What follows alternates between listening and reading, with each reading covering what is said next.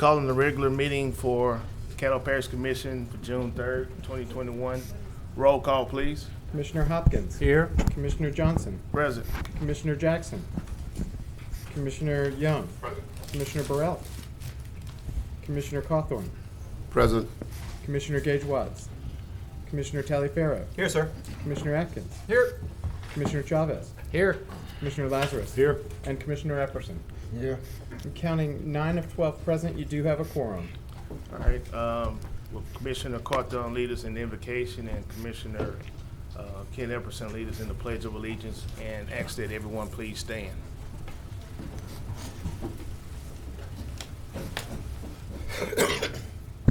May we all bow our heads and look to God. Dear gracious eternal Father, we come to you this morning with bowed down and humble hearts. We pray, dear Heavenly Father, for everybody that's assembled here today. We pray, dear Heavenly Father, that they are protected and guided, and you plead the blood of protection all around them. We pray, dear Heavenly Father, for a new horizon in Shreveport Caddo, the removal of negativity and replaced with positivity that attracts the positivity that we need in this local community. We pray for every commissioner here today as we adjudicate the things that we need to address today, that we do it decently and in order. In Christ Jesus' name, we offer this petition. Amen. Amen. Raise the flag. I would ask that all military and veterans will remember the standard hand to brow salute. All others, right hand across your heart.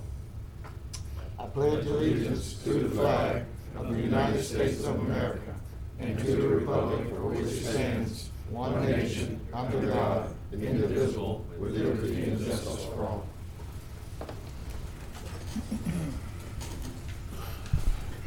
Thank you, Commissioners Cawthorn and Epperson. Next item, please.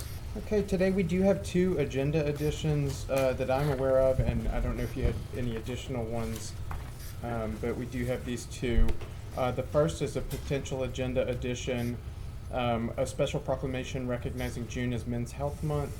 So move to approve, so move to add, to expand our agenda. Expand the agenda. To add the special proclamation recognizing June as Men's Health Month. Second. It's been moved and seconded.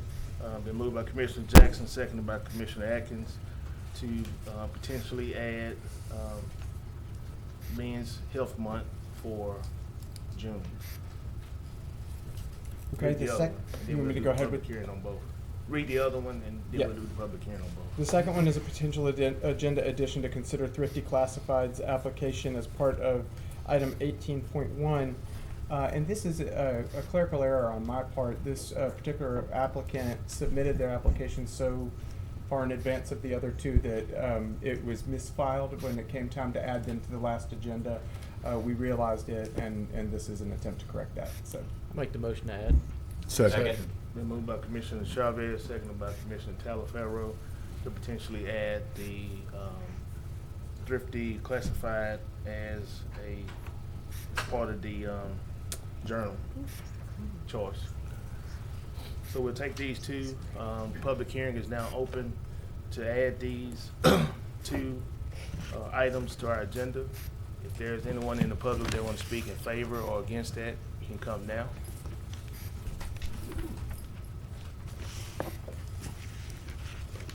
Seeing no one, public hearing is now closed. I will make a substitute motion to englobe both into our agenda. Second. Been moved by the chair and second by Commissioner Chavez to englobe both as additions to our agenda. Your voice. Let's vote. That was Commissioner Lazarus, just for clarification. Oh, sounded like you. I tell you, the fiberglass throws voices off. and that motion passes with 10 in support, none in opposition, and 2 absent. Okay, next item. That brings us to citizens' comments, where citizens are asked to, if they would like to make a public comment, to fill out a form in the chamber foyer, or they're able to do so online before the meeting.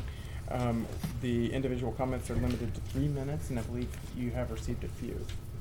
Okay, first one will be Ken Criff.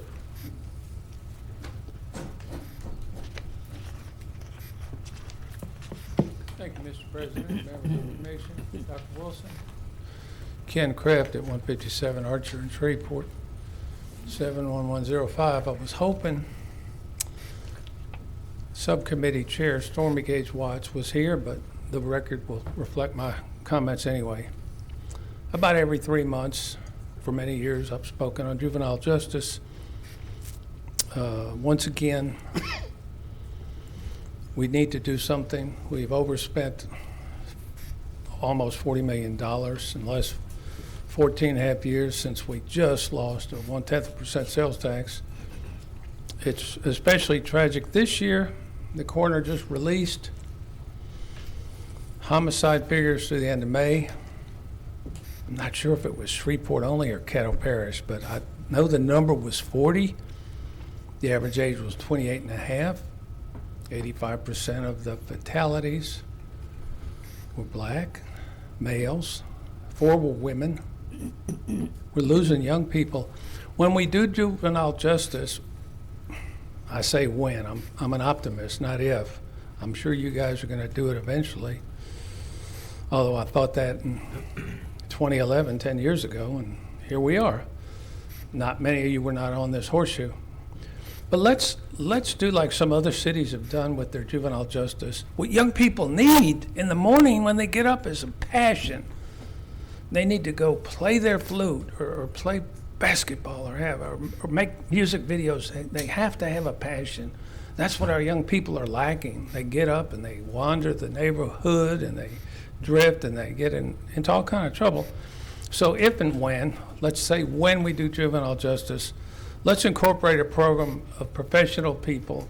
Let's catch these people. You know, we were handed, like every other parish, the 17-year-olds, adding to the cost, no longer an adult court. And I just wish we could do something with the young people to educational system, parents, church, so many active participants. Used to go to the ball games 40 years ago, the old Spar Stadium on Park Street, and sometimes I'd run into Riley Stewart, great ball player for Shreveport, played in the Negro Leagues. He used to tell me about Buck O'Neill and Satchel Paige and my kids, my 5-year-olds. Joey, who's now an engineer, says, well, Mr. Stewart, why couldn't you play in the major leagues? You were good enough. And it was tough to explain to a 5-year-old. We gotta move past that. We gotta make our young people, when we do juvenile justice, we gotta infuse them with a passion so that every day they get up, they just can't wait to do their thing, whatever their thing is. As long as they get up and they drift, we're gonna continue to lose them. We're gonna continue to have homicides through the roof. Let's do something proactive. Thank you all for listening. Thank you, Ken. Thank you. The next person is Jermaine Anderson.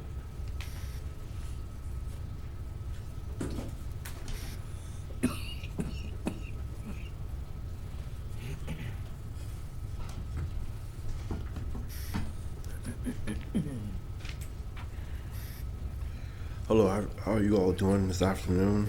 I'm coming speaking on behalf of Woodlawn Terrace Apartments as far as our living conditions. Just the same thing as the last time I spoke, but I'm just coming again to speak on these conditions, the rats, the mice, you know, same old thing. So, you know, just as far as getting this addressed and as far as helping us over there, basically. All right, thank you, sir. Thank you, sir. Next is Jan Lewis and David Cox.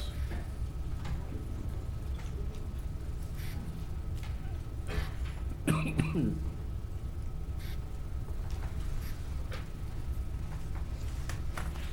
not sure if you wanted us to speak on this now or wait till it comes up for the journal. You can speak on it now. Okay. Because it's not a public hearing. Okay. Good afternoon. My name is David Cox, 8257 Sophie Lane, Greenwood, Louisiana. Here on behalf of Thrifty Classified as a bidding paper for your journal. Next to me is Jan Lewis. She is the sales manager. The owner is out of town, so I'm filling in for him today. Basically what we're trying to do is basically give you a heads up of what we do as Thrifty Classified. We have over 90,000 publications a week. We have over 250 right now locations that this paper can be picked up for free. Does not cost the Caddo Parish citizen anything to go by and pick it up. We've made a good bid to the parish for announcements, for the publication of the minutes. If you look back through the years, what a paper can and cannot do for you on a timely manner, this is a weekly paper.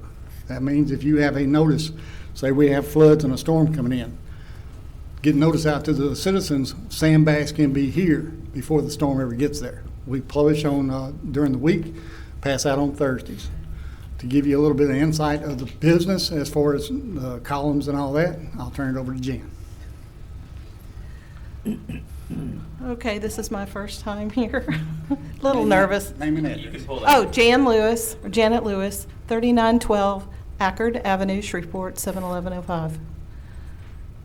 I'm not really sure. Well, Okay, we are like she said, we are a weekly publication. We publish every Thursday. We have 90,000 circulation a month, sometimes more. We have actually expanded. I think the original proposal, we did not have Texarkana and Longview on there. We are now expanded to those cities also. So anytime you want to let anything know in a regional area, we're a perfect place for that.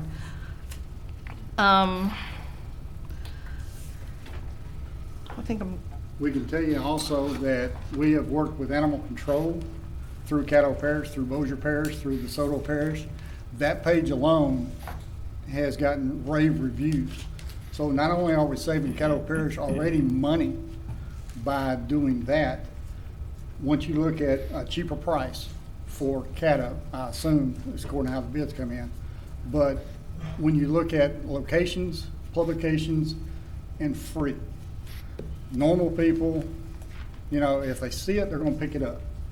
If they know that the journal is in the Thrifty Classified, they're gonna pick it up because you can't get it at all the locations that we are at. You can't stumble on it and not see it in the locations that we're in right now. So we ask for a fair shake. It's about basically being where they can pick it up, and it's free. And it's a good price back to the parish as far as working with y'all hand in hand when something comes up. If y'all need us, we're there. We're weekly, and I knew back in years ago, we would have to basically time an announcement due to the publication of the paper itself. So don't have that problem here.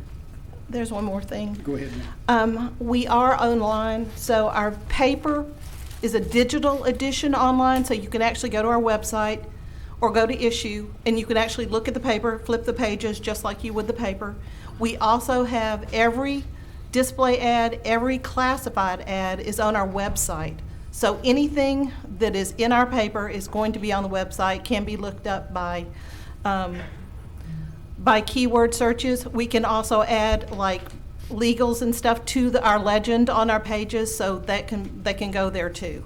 So there are a lot of options for all your for all of your people to see. We're All right. Thank you. All right. All right. Any questions? You can't ask that. See, I've been gone so long, I forgot. I will remind you though. Okay. Amari Hossein.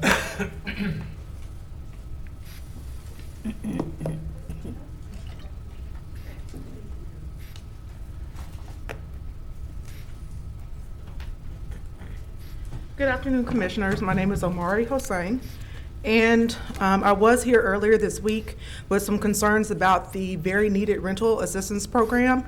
And Mr. Kraft, you're still here, brought up a really good point about folks who are engaged in gun violence and victims as victims and perpetrators need a passion. But before we can really delve into a passion, we have to really fulfill the basics. And housing is very much a basic aspect of life and sustaining life. So with regard to that, of course, the Emergency Rental Assistance Program is helping to fill a very, very big need, especially after the pandemic. And I really appreciate Haley. Thank you so much for coming out and answering my questions. President Johnson for sending me or giving me the hard copy of the prioritization document. Really, really appreciate that outreach. And so after reading that document, I have additional questions and concerns. And so my first question is really, with regard to the prioritization and verification process. It answers this whole question of a lottery and random selection. It's not really a lottery, but it is random selection still under priority 1. And the definition, what is considered priority, is really strange to me because it's based on employment. But this is a rental assistance program. So, for example, someone can very much be employed and still have an eviction notice in their hand, right? And so after COVID-19, people may have been 4, 5, 6, 7, 8, 9 a year behind in their rental assistance and have a job. And so my concern is with why is the definition of housing stability based on employment when someone can still be on the verge of being homeless? So that's the first concern. The second concern is regarding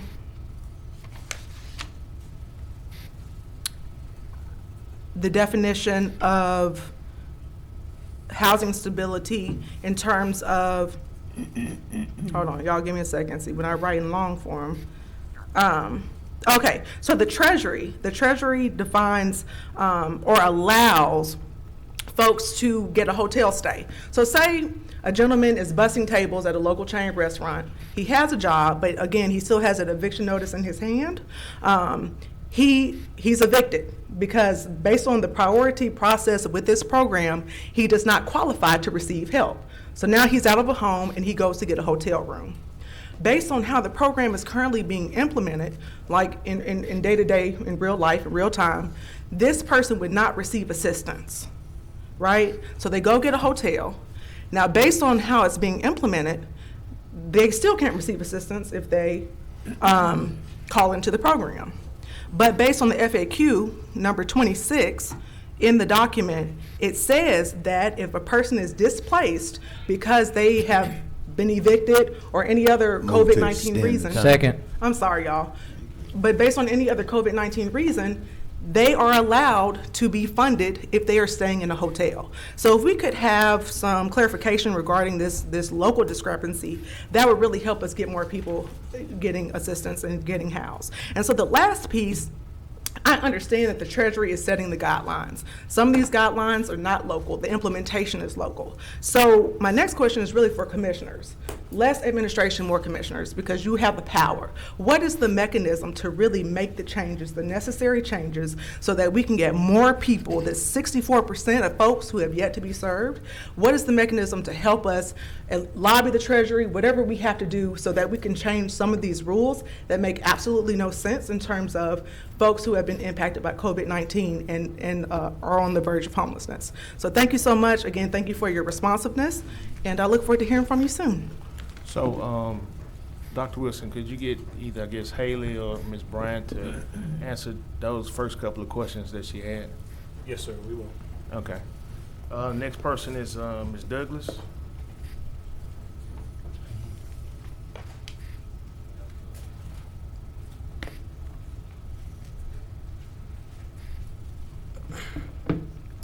Good evening, everyone. My name is Caitlin Douglas, and I am too speaking in regards to the Emergency Rental Assistance Program. A drawing of lots in which prizes are distributed to the winners among persons buying a chance. That's the definition of a lottery. So when we say the word lottery, that's the reason why, because as someone who is giving the information out and somebody who has people asking me, how do I sign up for the program every single day? It's hard not to frame it as a lottery when it operates like a lottery. Just because you don't call it something doesn't mean it doesn't function that way. And I have an issue with the way that, and this may be the administration or whoever, but I have an issue with the way the program is implemented simply for the fact that there are people who are at high need. What is the assessment process for what's a higher need? That I don't think it's fair that somebody who has a job or somebody who may have additional help outside of work is being overlooked versus somebody who just signed up. There are people who are still waiting for assistance since April 1st who haven't gotten that funding because of the way of the program and how it is designed versus people who can sign up today and be notified next week that they're assisting. So it's not fair in that feels like a lottery to me. I mean, if I had a scratch off, I wouldn't want to be selected that soon. But I also have an issue with the fact that the program funds were received in January, but the program was only erected in April. There are so many brilliant minds up here. There should be a better way of establishing how we're going to use funds. That is a 60-day window, I believe, and I just don't understand why it took 60 days to erect this program if the money was received in January. I already talked about the need base. There's a huge digital access barrier, okay? This program only functions if you sign up online. There's no paper applications or anything. There are a lot of people who have disabilities. There are people who have lupus. There are people who have cancer. There are people who are amputees because they're veterans that don't have transportation or are immobile for whatever reason, and they also don't have access to quality digital assistance. And that is true because we all know that our entire parish is suffering from a digital access barrier. So I mean, I could barely find a stream for the commission, and that's no shade to anybody, but it's hard to find a stream for the commission meeting. So imagine how that is reflecting for people who don't have access to quality digital assistance. A lot of these candidates, and I'm going to request an extension just like Ms. Hossain because I'm almost done, but a lot of these candidates don't have reliable transportation or up-to-date computer or a cell phone. Move to extend. In addition to having disabilities. Also, I'm seeing a lot of people saying that once they're selected for assistance and uploading the documents, which again, that's a huge issue, having to find somebody to bring you into whatever one of the organizations is assisting people, and that's an issue alone, right?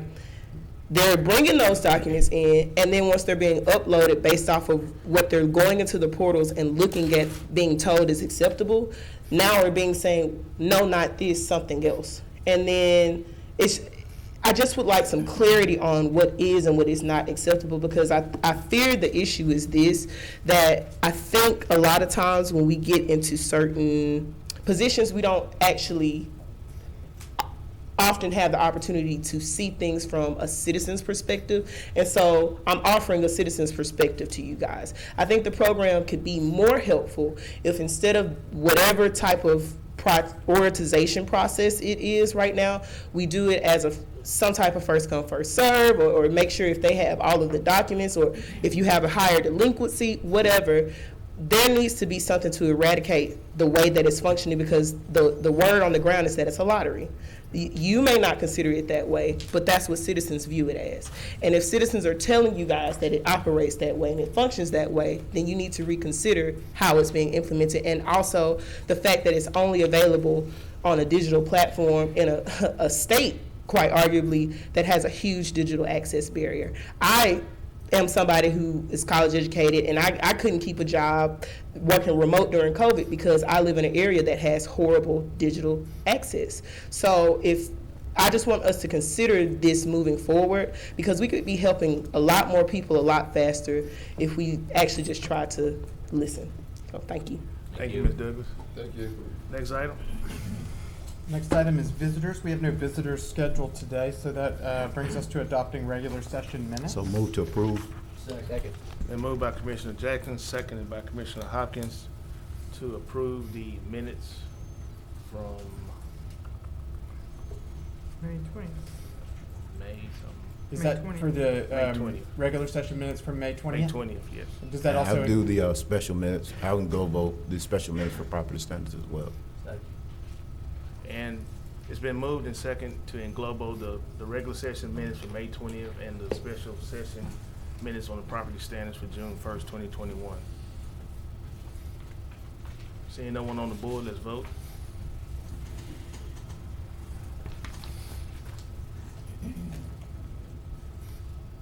And that motion carries with 10 in support, none in opposition, and 2 absent.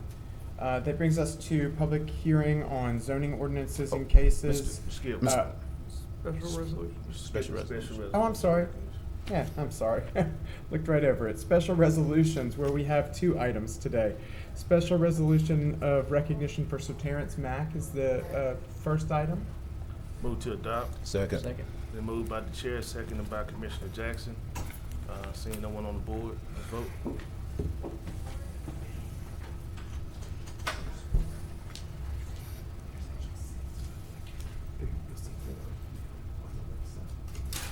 Commissioner Faulkner,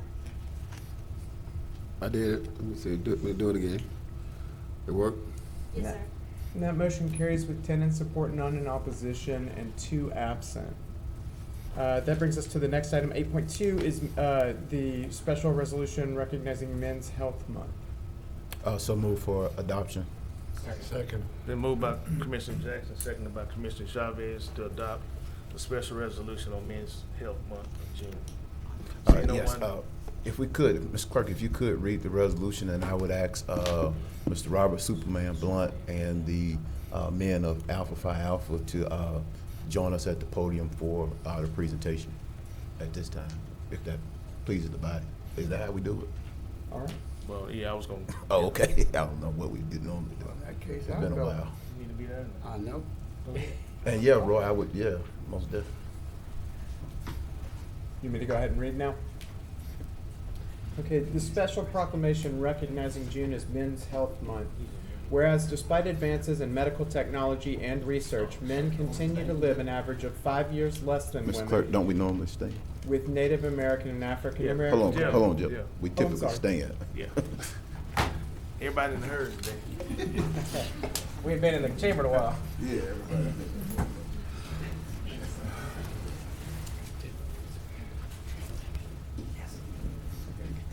There you start, Jeff. Okay. Special proclamation recognizing June as Men's Health Month. Whereas despite advances in medical technology and research, men continue to live an average of 5 years less than women, with Native American and African American men having the lowest life expectancies. And whereas educating the public and healthcare providers about the importance of a healthy lifestyle and early detection of male health problems will result in reducing rates of mortality from disease. And whereas men who are educated about the value of preventative health care can play in prolonging their lives. The value that preventative health can play in prolonging their lifespan and their role as productive family members will be more likely to participate in health screenings.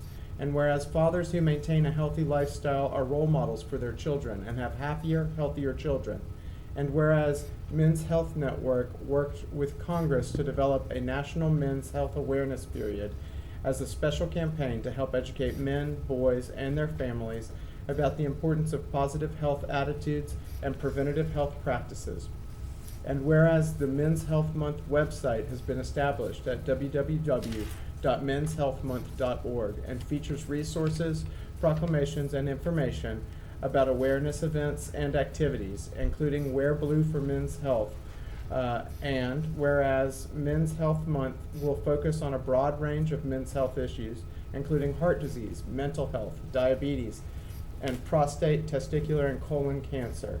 And whereas the residents of this parish are encouraged to increase awareness of the importance of a healthy lifestyle, regular exercise, and medical checkups. Now therefore be it resolved by the Caddo Parish Commission meeting in legal and regular session this third day of June 2021, that it does hereby proclaim June 2021 as Men's Health Month in Caddo Parish, Louisiana, and encourage all residents to pursue preventative health practices and early detection efforts. Thank you, Mr. Clerk. I guess everyone's. See, you be Thank you, Mr. Clerk, and thank you, Commissioner Burrell, for joining us in this effort. You are alpha man, and but I do want to just say that this is an effort with the Office of Minority Health, but NACO is also leading an effort on men's health, around men's health. I saw the report this morning about 40 homicides, mostly African-American males. I think all of the men behind me would agree that probably one of the things that are missing in those lives, and I'm almost sure Clay and Andrew would agree that the issue there is probably lack of men in the household. And so I want to thank the people who are standing here with us today, because they do work in our community. They're one of the few groups. We did ask Alex, and I have a proclamation to present to Alex for his Father's Day run as well. But they do a lot of work in the community centered around men's health, centered around making sure on a 365 days a year that we're focusing on men health. And so I just want to give them an opportunity to say a couple of words, but also congratulate them and present them with this proclamation today. One of these young men is my high school principal, so I'll be on my best behavior today. Somebody. Come on, Soup. Hey. Roy, you go to talk. Yeah. Soup knows about some fitness. Okay, I'll start. Well, I want to thank the commission and Commissioner Jackson for this great opportunity and what we're trying to bring forth. I want to thank Commissioner Chavez for asking me to come up and to maybe give a few words. Listen, if I can get everybody in here to understand one thing, everybody, that being fit for life is not an option. We in Louisiana don't have options anymore. Well, I think I'm gonna get to it later. Well, I'm gonna start eating better. Well, I know I'm a little overweight, but I need to.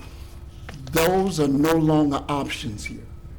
If you're born and raised in this state, it's projected that you will die 5 to 10 years younger than anybody else in this country. Period. We have got to change that. Unhealthy eating and physical inactivity are killing more people than guns and drugs. Unhealthy eating and physical inactivity, heart disease, stroke, cancer, high cholesterol, all these things are preventive if you just check your diet and start walking the block. Do you want to live longer? That's all we need to do is educate people that fit for life is no longer an option. It's a necessity. Thank you. Very good.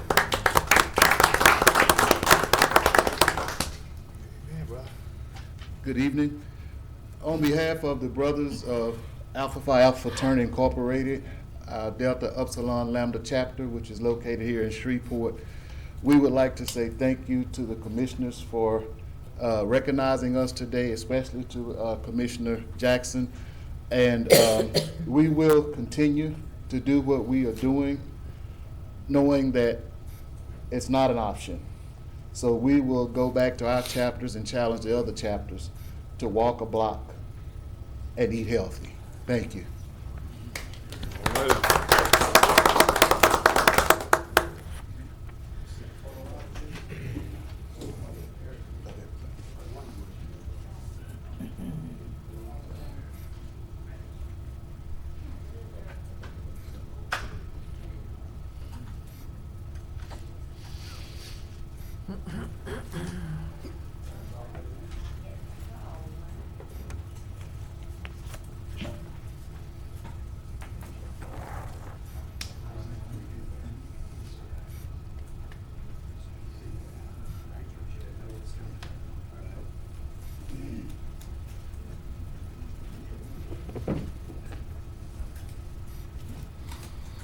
Let's vote on that special resolution for men's health.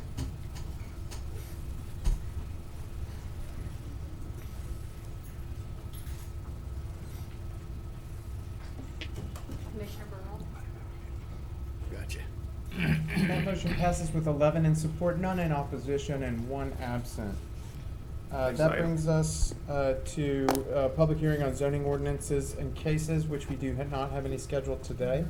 And so we'll move on to public hearing on ordinances, where we have several scheduled.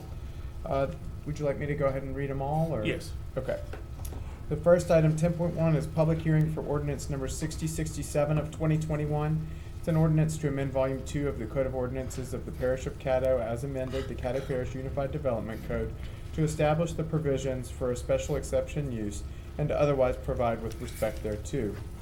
The next item is a public hearing for ordinance number 6068 of 2021. It's an ordinance amending the budget of estimated revenues and expenditures for the Riverboat Fund in the amount of $17,225 to provide an appropriation for Robinson's Rescue and to otherwise provide with respect thereto. The next item is a public hearing for ordinance number 6069 of 2021. It's an ordinance amending the budget of estimated revenues and expenditures for the E. Edward Jones Housing Trust Fund for the year 2021 and to otherwise provide with respect thereto.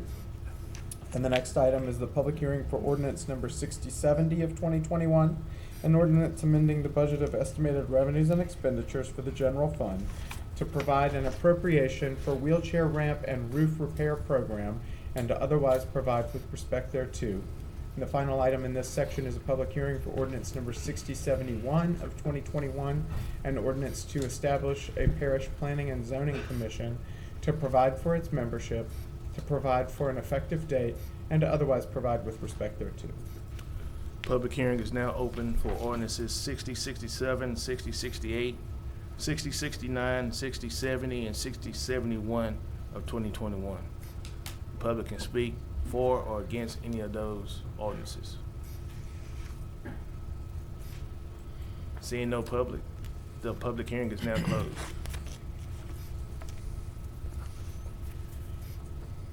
Okay, that brings us to zoning ordinances for final passage. Again, we do not have any today, so we'll move on to ordinances for final passage. The first item is ordinance number 6067 of 2021. It's an ordinance to amend Volume 2 of the Code of Ordinances of the Parish of Caddo as amended, the Caddo Parish Unified Development Code, to establish the provisions for a special exception use and to otherwise provide with respect thereto. Move to adopt ordinance 6067 of 2021. Been moved by the chair, seconded by Commissioner Burrell. This ordinance basically puts the parish and the city on the same level with the UDC, and that's dealing by exception, that a person who has a mobile home can now put that mobile home into a particular area by exception. When it was changed, there was no allowance of mobile homes in any residential areas. A new mobile home in any residential areas. So this will allow by exception. Exception will be going through the process to be voted upon and also to have public input from the neighbors. Seeing no one else, let's vote.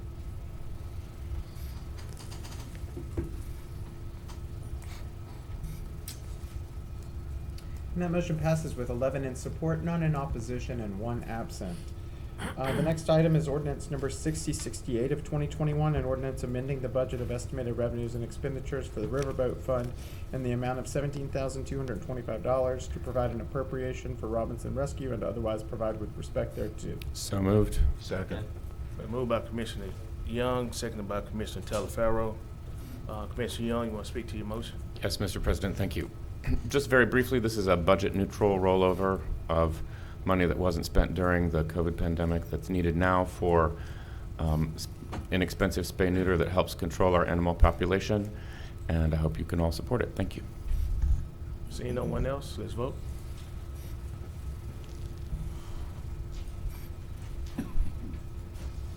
And that motion passes with 11 in support, none in opposition, and 1 absent. The next item is ordinance number 6069 of 2021, an ordinance amending the budget of estimated revenues and expenditures for the E. Edward Jones Housing Trust Fund for the year 2021 and to otherwise provide with respect thereto. So move for adoption. Second. Been moved by Commissioner Jackson, seconded by Commissioner Burrell to adopt ordinance number 6069 of 2021. Commissioner Jackson, you want to speak to that motion?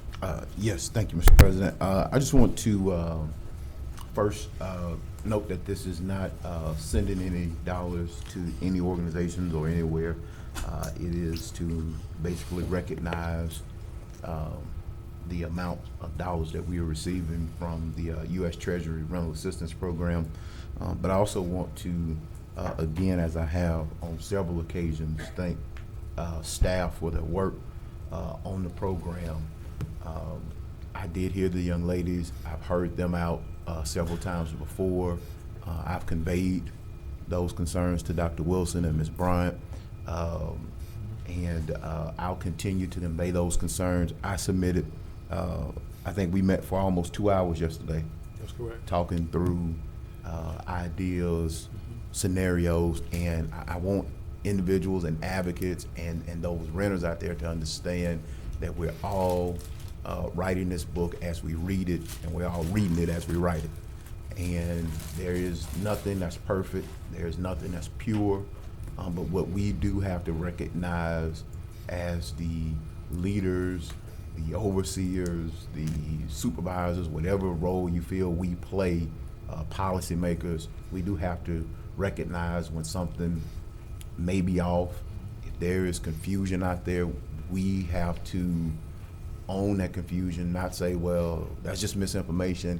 We have to do our part to basically go out and adequately, that's part of our education and advocacy role, is make sure that we continue to educate the community. And so I appreciate Dr. Wilson for always having an open mind. I appreciate the entire team, for having an open mind about what we need to do, because the rental assistance program is not going anywhere anytime soon.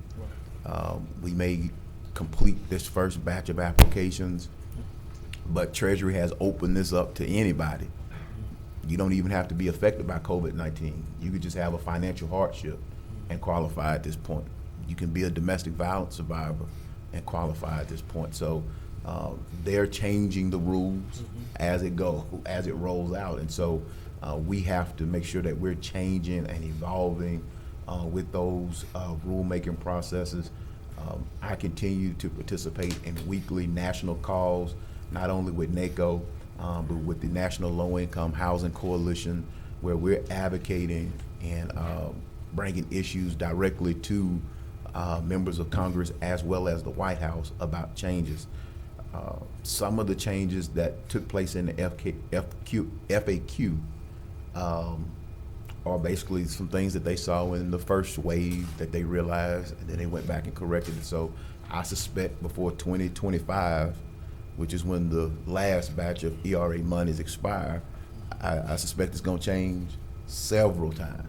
And so we'll do our job to continue to evolve as the program evolves. But again, I want to thank staff for their work and their diligence and their patience and understanding, because this is a sensitive area to work in.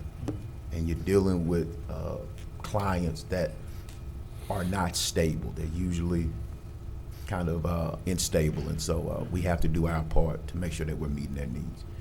Thank you. Seeing no one else, let's vote.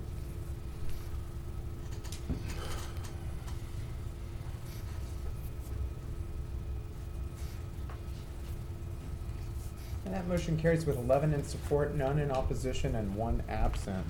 That brings us to ordinance number 6070 of 2021. It's an ordinance amending the budget of estimated revenues and expenditures for the general fund to provide an appropriation for wheelchair ramp and roof repair program, and to otherwise provide with respect thereto. So move for Second. approval. Been moved by Commissioner Jackson, seconded by Commissioner Young. Commissioner Jackson, you want to speak to that motion? Yes, thank you, Mr. President. This is just what we talked about last time, where we are looking at some resources for our seniors and our veterans. Ms. Bryant, I know you worked with the RFP for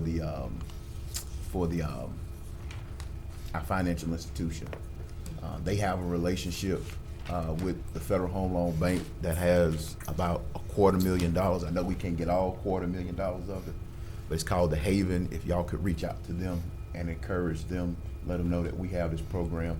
It's specifically for veterans, but we could expand this, because I know we talked about getting some private matching dollars. So if we could, Doc, reach out to them and this be part of their sort of CRA component as well. Thank you. Seeing no one else, let's vote.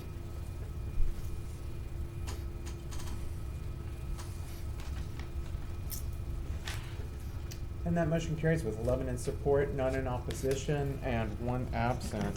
The next item is ordinance number 6071 of 2021. It's an ordinance to establish a parish planning and zoning commission to provide for its membership, to provide for an effective date, and to otherwise provide with respect thereto. So moved. Second. Second. Been moved by Commissioner Hopkins, seconded by Commissioner Lazarus. Commissioner Hopkins, you want to speak to the motion? This is basically beginning January 1, we will not have a planning commission that will take care outside the city limits of Shreveport or any other, in the other municipalities. So this will set our planning commission up to do business in the unincorporated areas of Caddo Parish. Thank you. Seeing no one else, let's vote.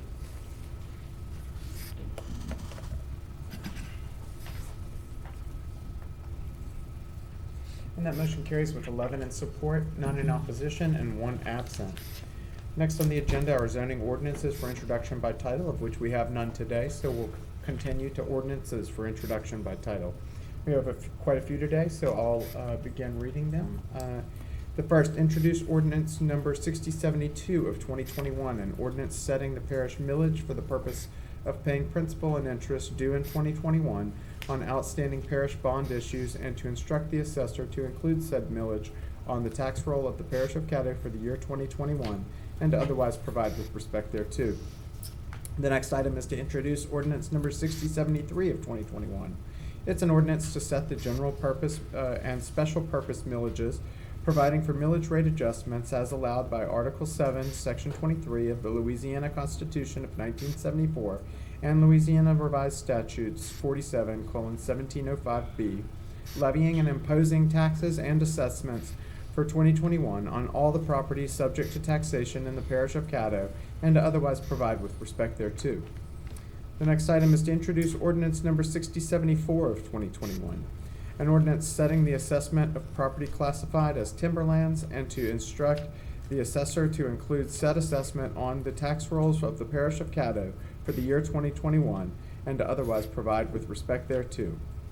The next item is to introduce ordinance number 6075 of 2021, an ordinance to adopt the values fixed or to be fixed by the Louisiana Tax Commission on all assessments for railways and other public service corporations, and to instruct the assessor to extend such assessments and values on the tax roll of the parish of Caddo for the year 2021, and to otherwise provide with respect thereto.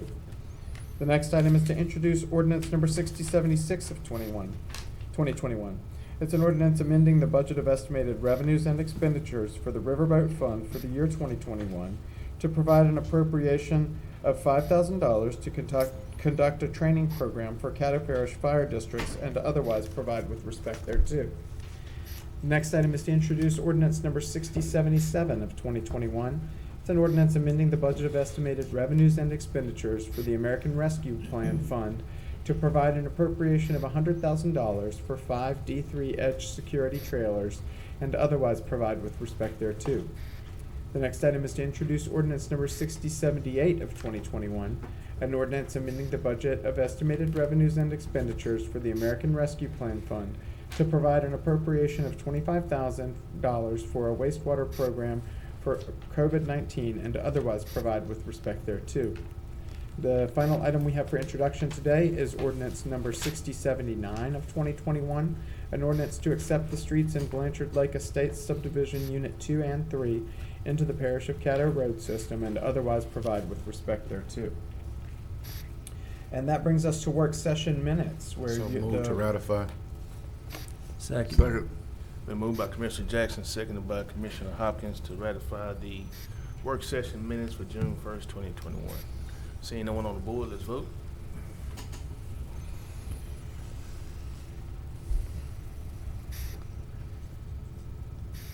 And that motion carries with 11 in support, none in opposition, and 1 absent. That brings us to resolutions, where we have several today. Our first item is resolution number 46 of 2021, a resolution adopting a citizen participation plan for the CDBG program. Move to adopt. Second. Been moved by Commissioner Hopkins, seconded by Commissioner Atkins. Commissioner Hopkins, you want to speak to that motion? No, sir. Seeing no one else, let's vote.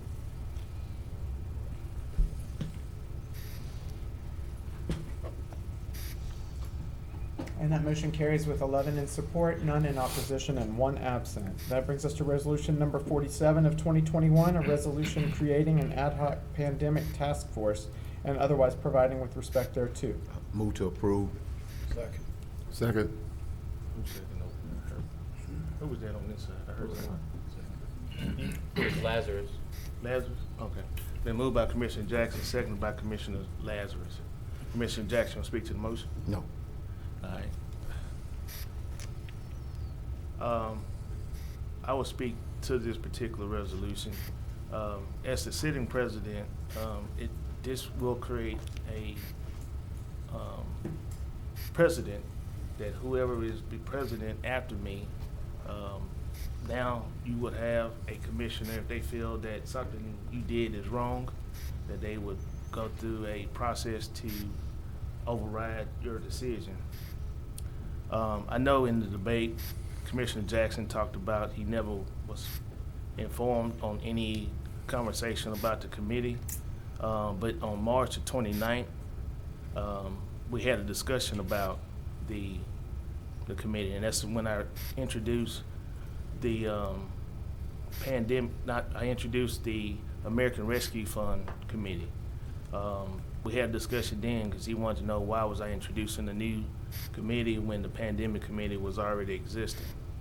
And I told him at that time, basically the duties of the pandemic committee was on the wind down. Basically, you had did the testing, you had did the CARES Act, the housing fund was basically rolling, the process was put in place, and it was basically now just monitoring.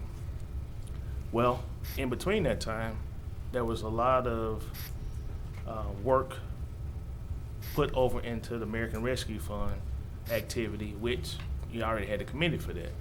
And so based upon having to have staff do double duty on requesting from two different committees, basically I dissolved one committee to keep the other committee going because that committee needed to do what it needed to do.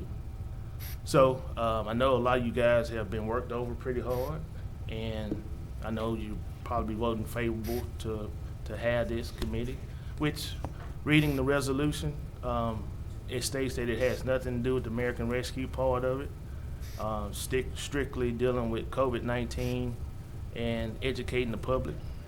And so it's defined. So if there are actions that are taken and you hear me say, well, that particular deal is out of line, you'll know why I say that, if it passes. That's all I have. Commissioner Jackson. I'll yield to Commissioner Burrell. My only question here is there a function of the pandemic task force that would mean it would be totally separate? It wouldn't be totally separate because the American Rescue Plan include pandemic funds. But in terms of the function of this task force, I still need a clarification of whether, Click on the blue hyperlink. excuse me? Click on the blue hyperlink and you go to the resolution. Yeah, I've seen it, but I don't see I'm trying to see a clear delineation, because I don't like to get in the middle of a conflict that I'm not Keep on down. totally familiar with. That's it right there. Okay. Yep. So if we get beyond these things here, then the pandemic committee will not go beyond these functions, is what I'm asking. Is that pretty clear? I'm the actual author of the legislation, Commissioner. Okay. So is that a question to me? Because it appears to be a conflict here where one is substituting for the other, but there seems to be a list of things in which I did read before, but I wanted to be clear that once it gets beyond that, then the responsibility of the pandemic committee cease at that point, and everything else is beyond is with the American Rescue Fund. That's if. Committee. That's in there. Is that a question to me, Commissioner Burrell? Commissioner Burrell has the floor. I'm asking, Yes, is that a question? if the president allows, I would like to get an explanation whether he answers it. I or- basically answered the question. Well, you He said, can't will answer it a be question dis- about my legislation. I can read. So basically it said F says that it will dissolve on January 31st, 2022, or after providing an action review to the Parish Commission and the public on what is learned and whatever comes first. That's in the legislation. So I can answer that by reading So that's why I answered it. If it was something that I couldn't answer, I would have deferred the So question to you. does he have a question for me? He asked the question to the chair answered the question. So Commissioner Burrell, do you have a question of me? Commissioner Burrell still has the floor. Well, I'm asking him, does he have a question of me? And I Okay. have a right to ask that. All right. But you don't have the floor yet. Do you have a question of me, Commissioner Burrell? It's my legislation, and I made the motion to adopt. You are out of line, Commissioner Jackson. So does he have a question for me? Well, the president addressed an issue that I asked, and he feels that item F Okay. will answer my question. Okay. But I'm not clear that it does. It says that it will cease after that time, but it still doesn't say that the function of the pandemic committee before that time, if it goes beyond these items, then it is not covered under the pandemic committee, it is covered under the American Rescue Plan. That's the correct question. So is that a question for me? He asked the chair the question, the chair answered the question. And when you have the floor, you can ask, Well, can I answer. ask him? I can't ask you, I can't answer what I don't know what I'm being Could I asked. ask him? Yes, you can. Mr. Jackson, I'd like to hear from you too. But Thank he you. has the I- floor.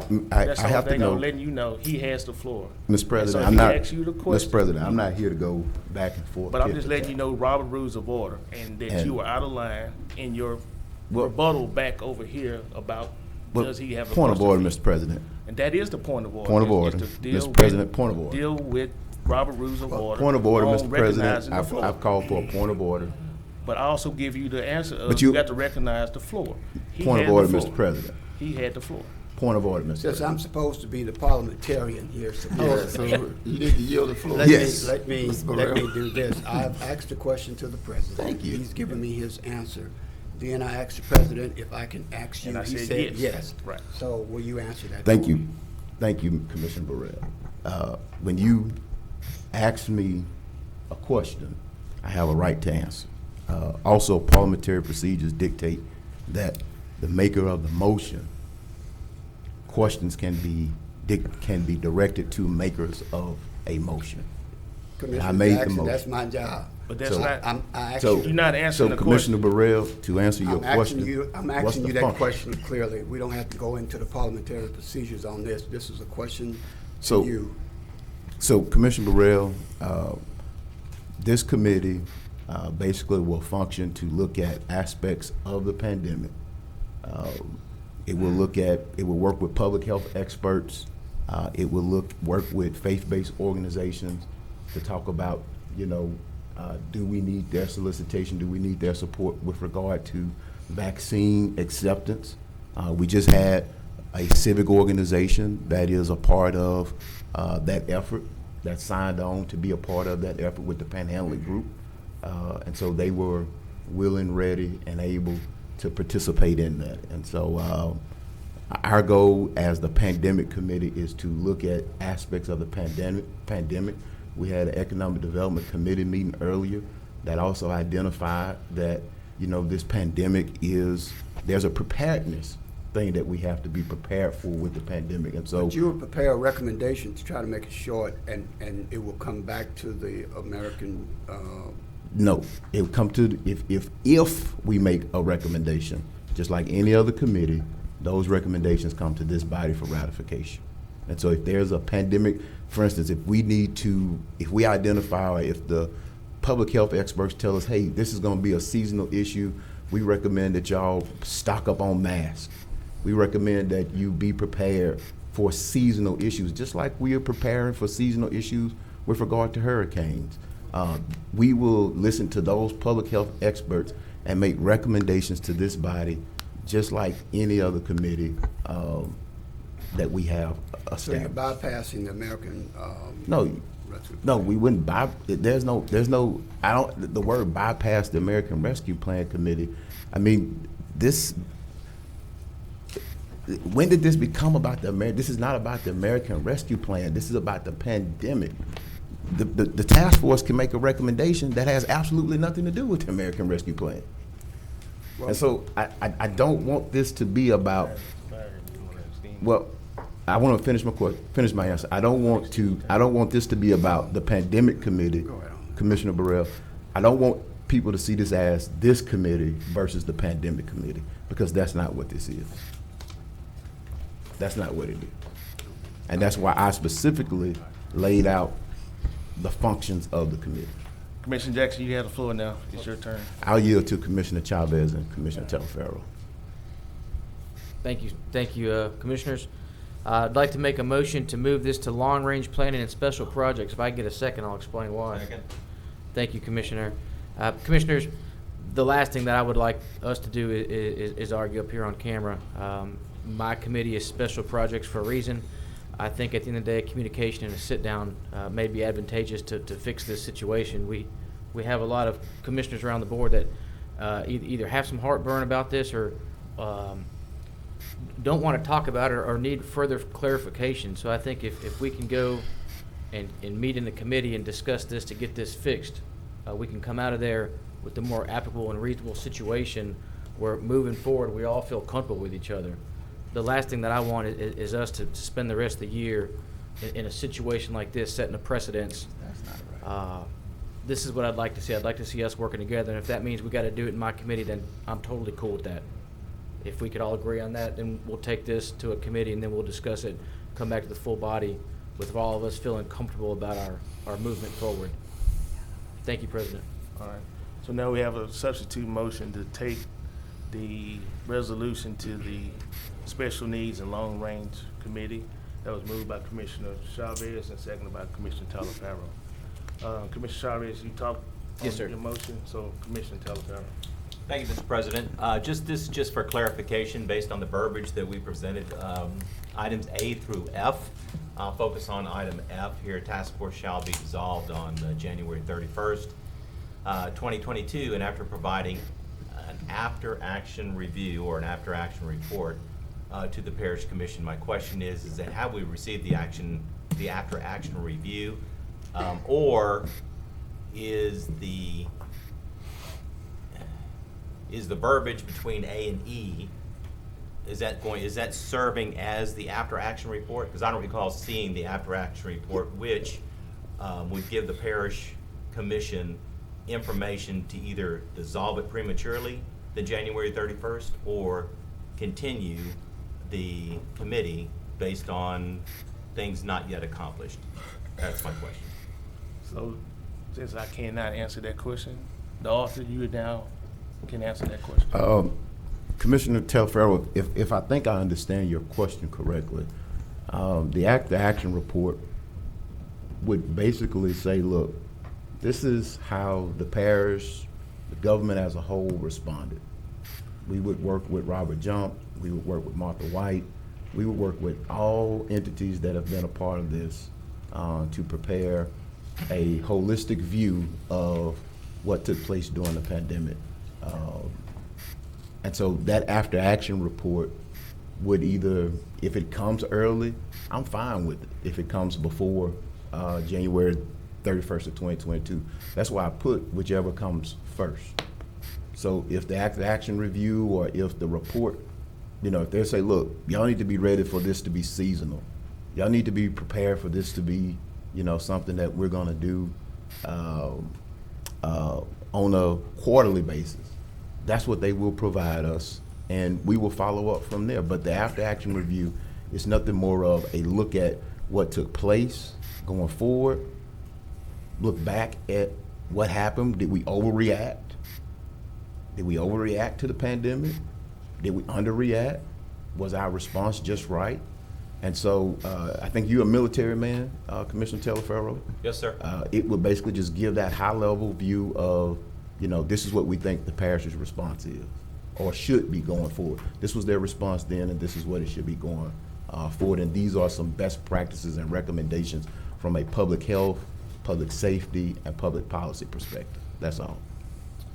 I hope I answered your question, or I hope I understood your question. Well, you did understand it, excuse me, Commissioner Jackson, and that all I'm really asking for, and maybe the after part is the confusing part. I would like to see, based on where we've come from, where we are now, what's the metrics of accomplishment to get us to this point to make a decision going forward. I get the after action, and maybe the after part is the confusing portion of it. I would like to see, a report. Yeah, I could have just put review or report. Yeah, I think I would feel comfortable seeing where we started with nothing and where we accomplished. I see here between A and E, I see what we intend to do, which is probably what we've been doing all along, but you're a metrics guy and I know that. So I would be interested in saying, this is where we started, this is what we accomplished, this is what we hope to accomplish going forward, this is what we have left to do. And I think for me, that would help me make a decision based on dissolving it prematurely and or letting it run its course through January 31st, 2022. I agree. Thank you, Mr. President. All right, Commissioner Jackson. Commissioners, let me be kind of clear up some stuff. Any commissioner on this body can bring forth an ordinance or resolution, and no one person can deem it out of order.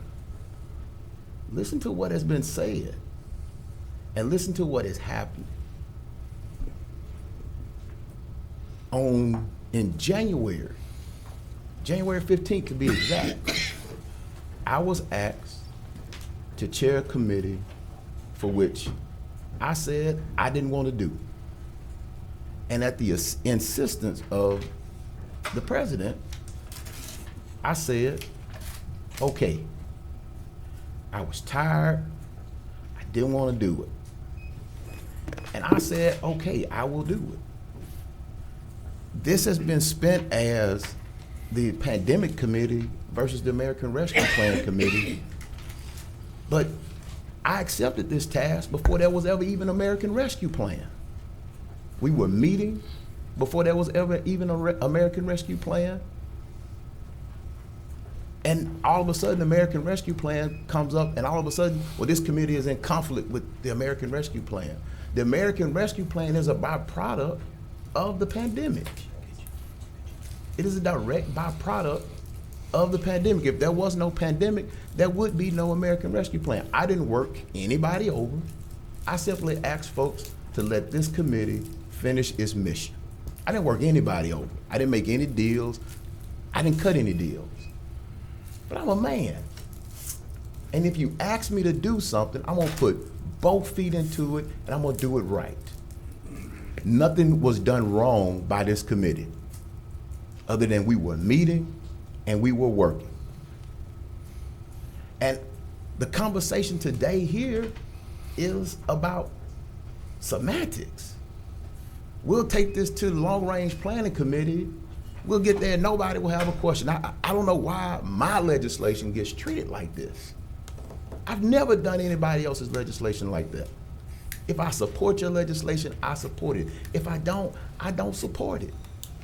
But saying I'm gonna send it to the committee for another 2 weeks when we've got work to do.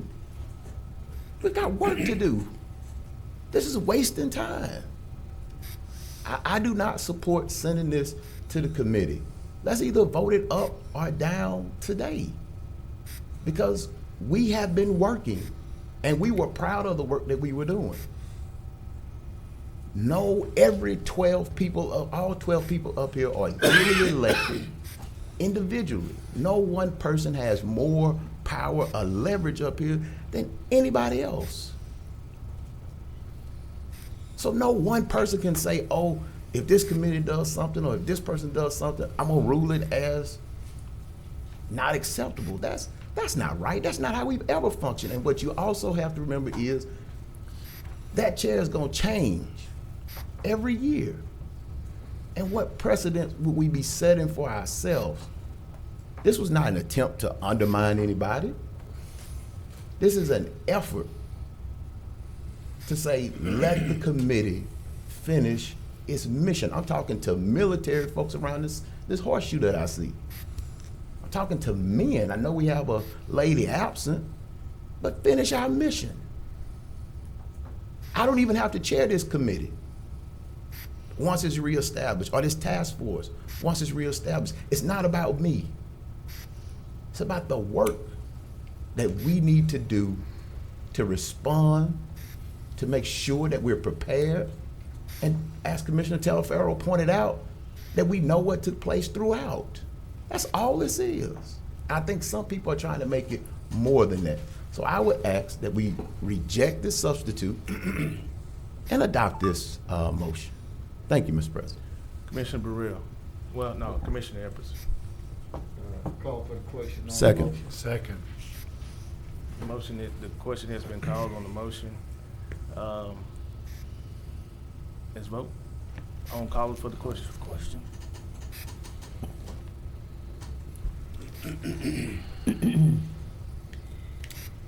And that motion carries with 11 in support, none in opposition, and 1 absent. Now we'll take the substitute motion of sending this to the Special Needs and Long Range Committee.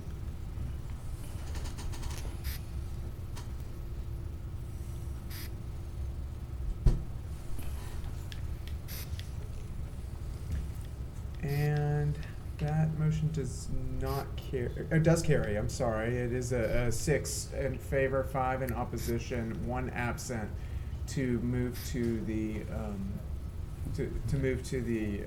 committee for. When is that committee's meeting gonna be scheduled? I'll schedule it as soon as possible, like tonight. Next item. That brings us to resolution number 48 of 2021, a resolution to authorize the Caddo Parish Administrator to consent to the annexation by the town of Blanchard of a certain right-of-way within the parish of Caddo and otherwise providing with respect thereto. Move to adopt. Second. Been moved by Commissioner Hopkins, seconded by Commissioner Lazarus. Commissioner Hopkins, you want to speak to that motion? No, sir. Seeing no one on the board, let's vote.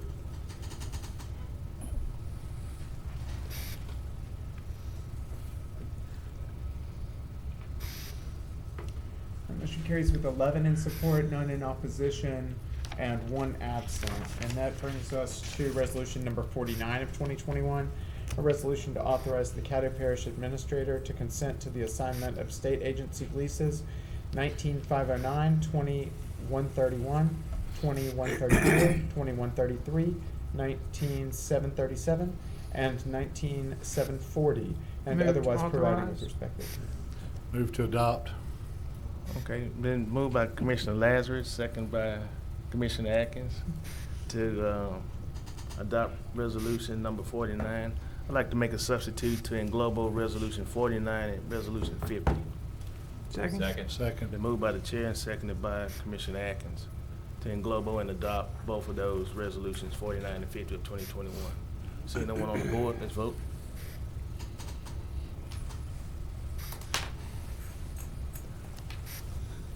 All right, and that motion carries with 11 in support, none in opposition, and one absent. That brings us to resolution number 51 of 2021. It's a resolution to amend resolution 75 of 2020 to change the dates of the July 2021 meetings of the Caddo Parish Commission and otherwise providing with respect thereto. Move to adopt resolution 50. Second. Been moved by the chair, seconded by Commissioner Burrell. Seeing no one on the board, let's vote.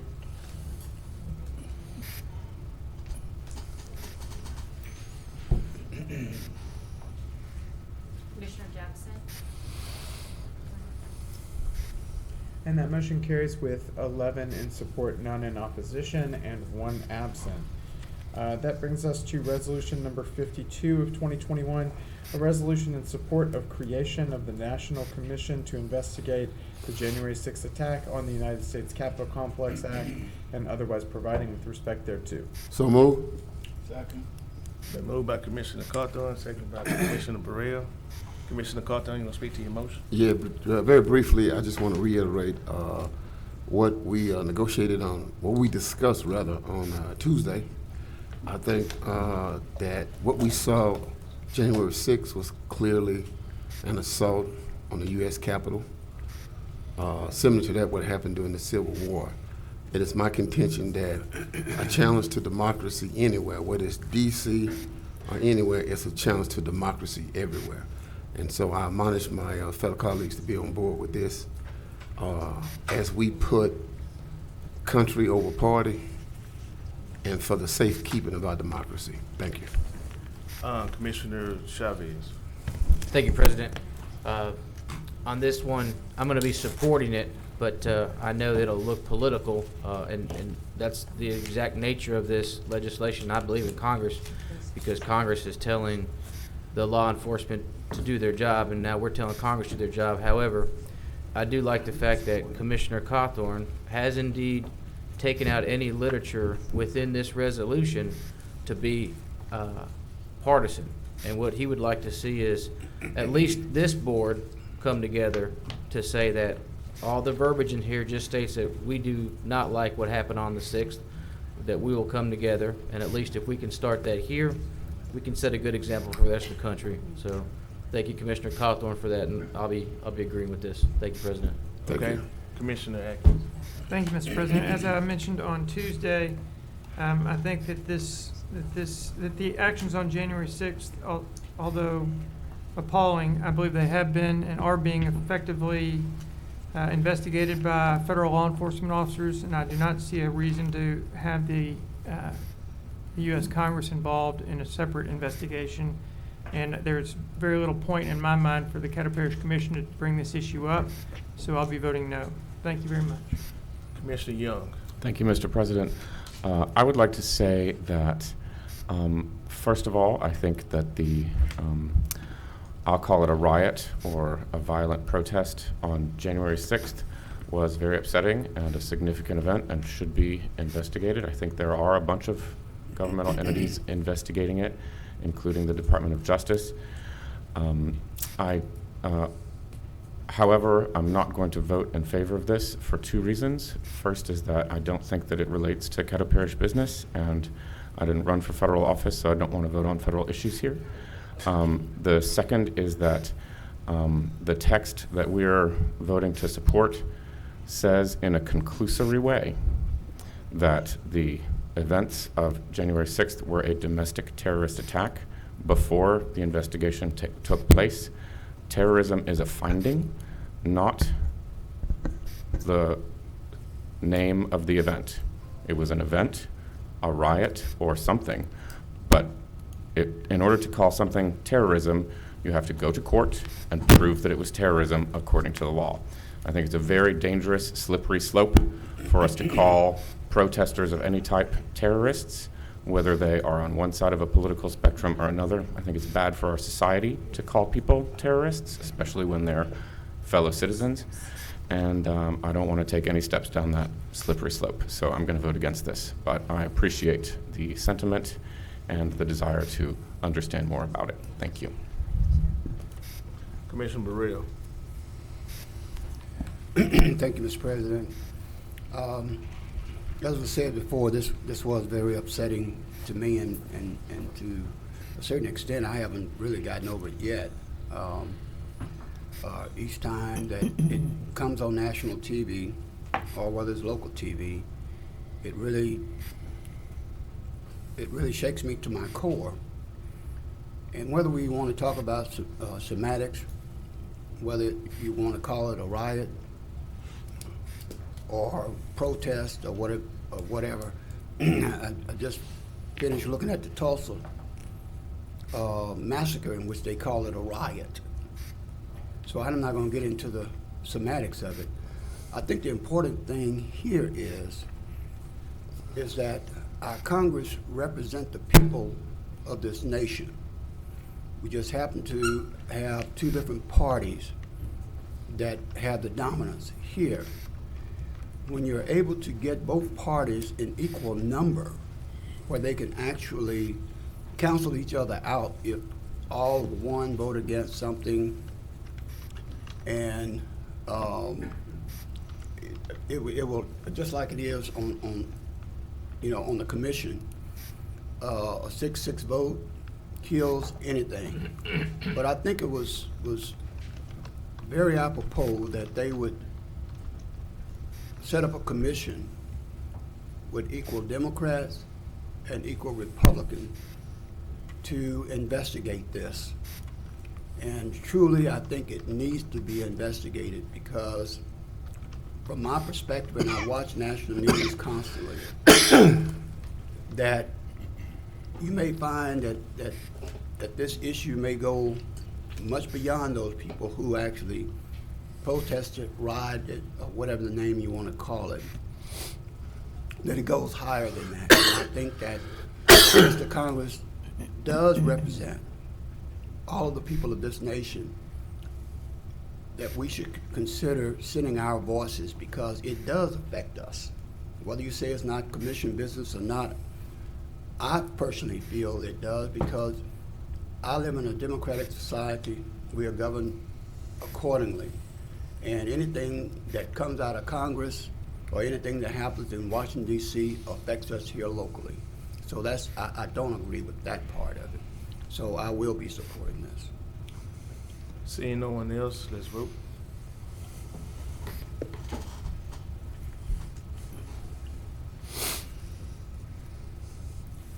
No, I should have been a no. So your vote should have been a no vote? Yep. Okay. That motion does not carry. It has 5 yeses and 6 in opposition with 1 absent. And that brings us to old business, of which we have no old business on the agenda today.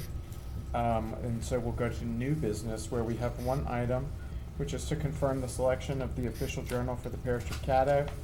The review of proposals submitted for the selection of the official journal for regular session for the Parish of Caddo for the year July 1, 2021 to June 30th, 2022.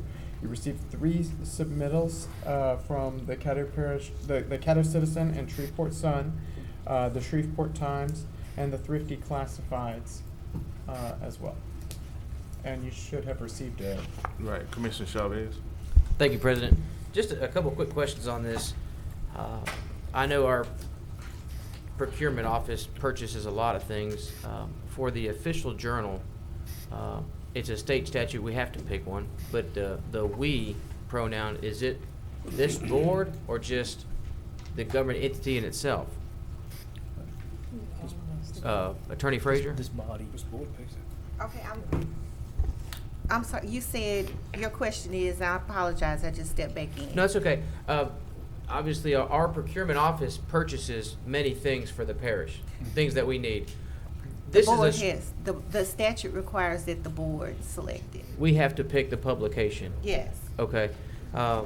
And I know we got a new one that just got added today. Is that the only one that's at no charge to the public when they place it out in the establishments? Yes. Okay. Do we have any state statute on that? For instance, if the citizens have to pay for the paper, it's harder for them to get the information. Commissioner, the state statute has specific requirements, and those are the requirements, the only requirements that the official journal has to meet. If you give me a second, I'll Sure. quote them for you.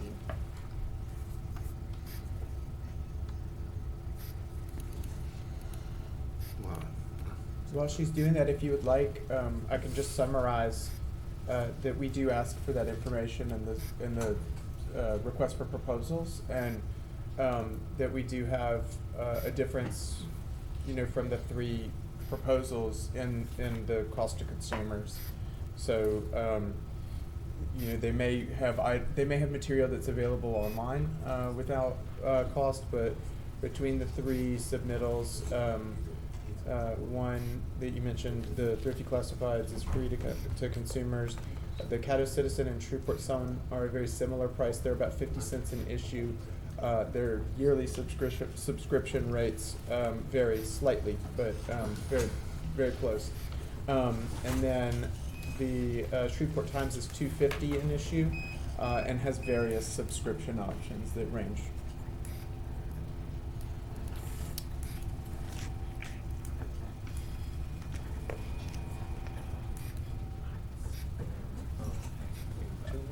It's on the chart, but that's something that, yeah, it should be on publication,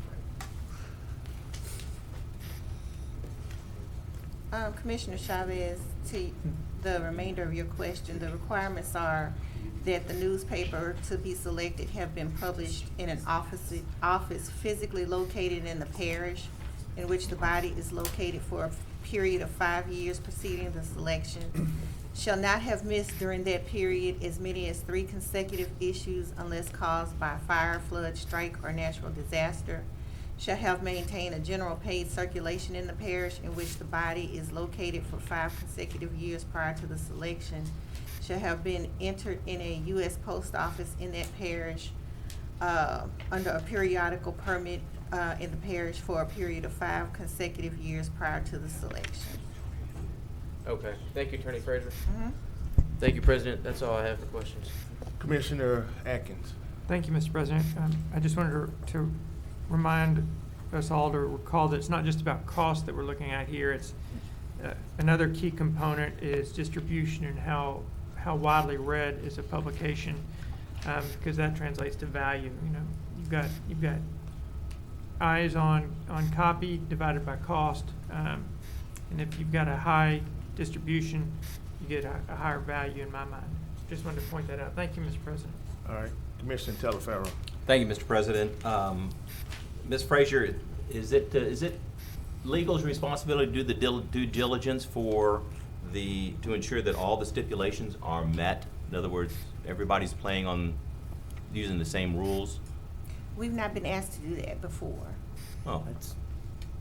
I mean, if something is brought to our attention, we can point that out, but we do not get a copy of the proposals or anything of that nature. So if I was to inquire I think in your statement you said that the publication has to not have so many weeks of uninterrupted publication. Is that 3 days? That's correct. And so how do I know any one of these has not to qualify for? Well, Am I if confusing it? If I could respond, I'll say I did, so that we did share the actual applications with you. I hope that you received the 3. And they do each address that question, so that is a requirement of the request for proposals, and it is addressed in each of the 3 applications. They do all 3 of them meet that requirement. All right, excuse me, Mr. President. I do see the first 2. I just didn't have any, and maybe I just don't have it. Maybe I just the data on the Thrifty Classified. So that's going to be in your email. That's all, Mr. President. Thank you. All right. So we have 3 choices to select from, and now the floor is open to select a official journal.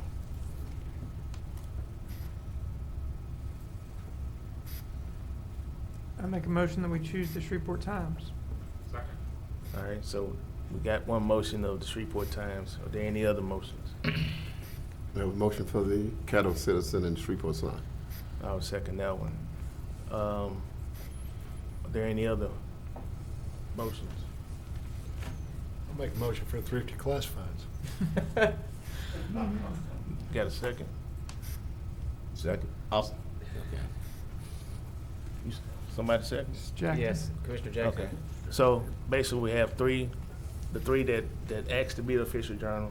We have those 3 that we will vote upon, and we'll take them in the order in which they were made a motion to.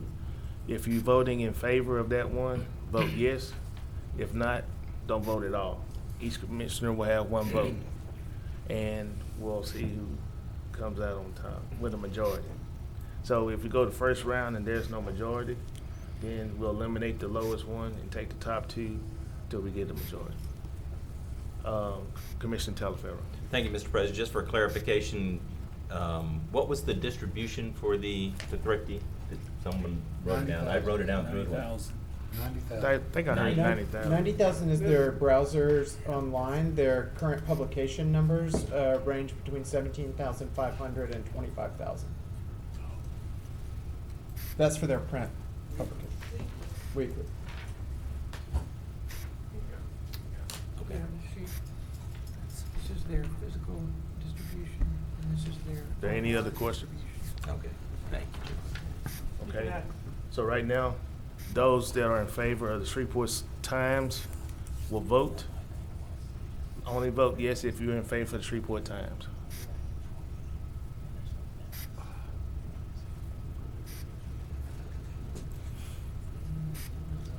So Shreveport Times has 2. Next up is the Caddo Citizen and Shreveport Sun. If you're in favor of the Caddo Citizen and Shreveport Sun, vote at this present time.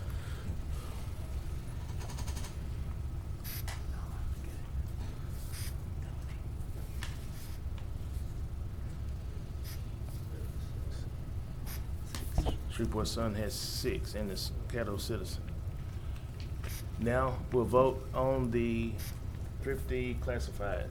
Are you in favor of the Thrifty Classifieds? Vote now.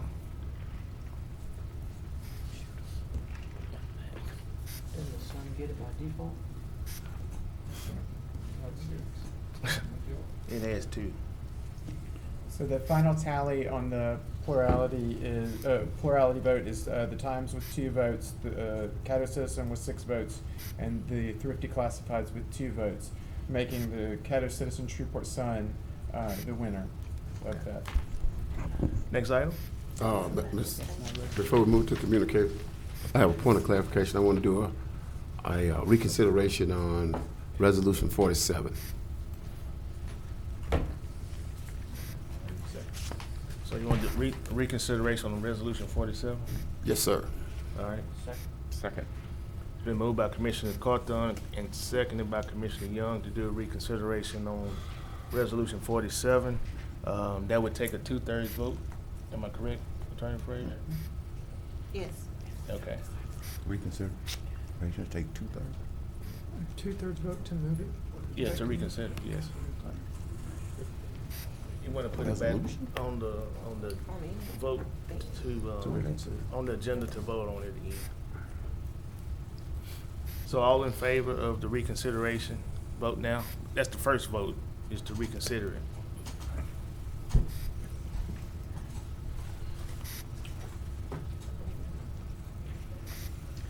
And that motion does not carry. It requires a 2/3 vote, but we have 6 to 5.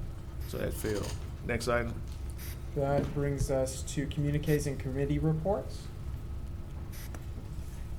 The administration response to information requests from commissioners. Yes. President Johnson, Commissioners, good afternoon. Just want to give you a brief recap from what we said at our meeting on Tuesday. That the Confederate Monument, we have several contractors coming out to take a look at it, give us new quotes on that. The prior ones came in above our budget level. The disparity study is being coordinated with the organizations for signing of the contract. That should be done shortly. The I-49 sign, we're waiting on the state to finalize their permitting process for us. The U.S. Treasury Emergency Rental Assistance Program has issued $2.6 million as of today, and will help 600 families. And we're optimistic that within the next 2 weeks, we will exhaust all remaining applicants in the pool. Also, the FEMA, we submitted reimbursement request for FEMA. I'm waiting to hear back from the FEMA. And that concludes my report, unless you have any questions for me, sir. Commissioner Jackson. Yes. Is this communique or is this administration report? Administration report. I just completed it. Communiques. You don't have anything? No, I'm on communicate. All right, Commissioner Young. I have a question for the administration. May I ask it now, Mr. President? Yes, this Okay. administration. My question is about the Juvenile Detention Center, and I wonder if you would like to answer it, Dr. Wilson, or if Director Clark, Director Walker would like to answer. It doesn't answer. What's the question? Well, I have several. My first question was how many juveniles are in the detention center now, and how many 17-year-olds are in CCC now? Okay.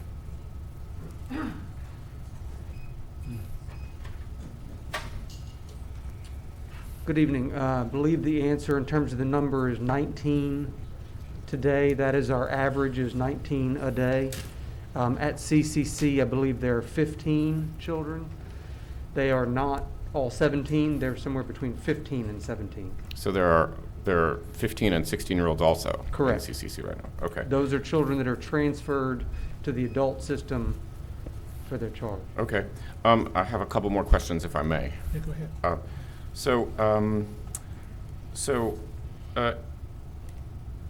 Is there a statutory right at present for 17-year-olds to be housed with juveniles in our juvenile detention center? Yes.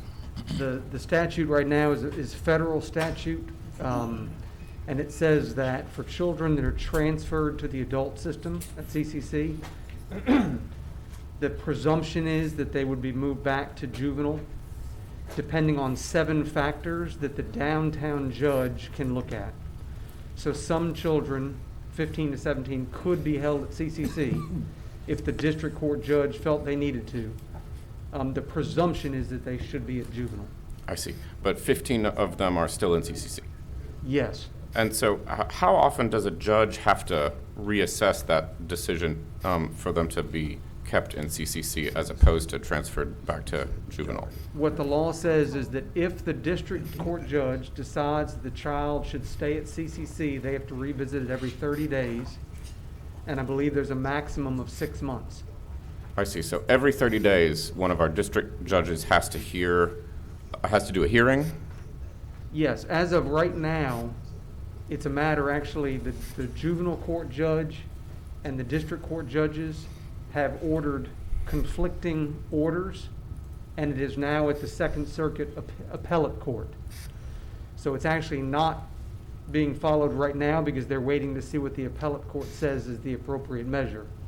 And just to point out one more thing, as of right now, I believe it is a may that the district court may do this. It's not until December of this year that it becomes a shall, and the state government is in danger of losing the Commission on Law Enforcement funds, the Louisiana Commission on Law Enforcement. That national funding could be in danger for the state if the parishes don't comply. And how much would that cost Caddo Parish's juvenile detention center in a year, do you think? I don't know that we receive any. Okay. But there would be, as I say, your state representatives would probably have more information about law enforcement, Commission on Law Enforcement funding that they would be concerned about. So, but it wouldn't be any direct money for us. Okay. Do the juveniles who are in CCC get any of the educational and sort of social services that we provide to them in juvenile detention? They do have programming. I believe it's more along the lines of vocational than it is educational. They do not have a school that I'm aware of. Our juvenile detention center is an alternative school for Caddo Parish. We have one of the Caddo Parish principals. We have Caddo Parish teachers, and they do conduct school there. I don't believe that's happening at CCC, but have you seen the place where the juveniles are housed in CCC?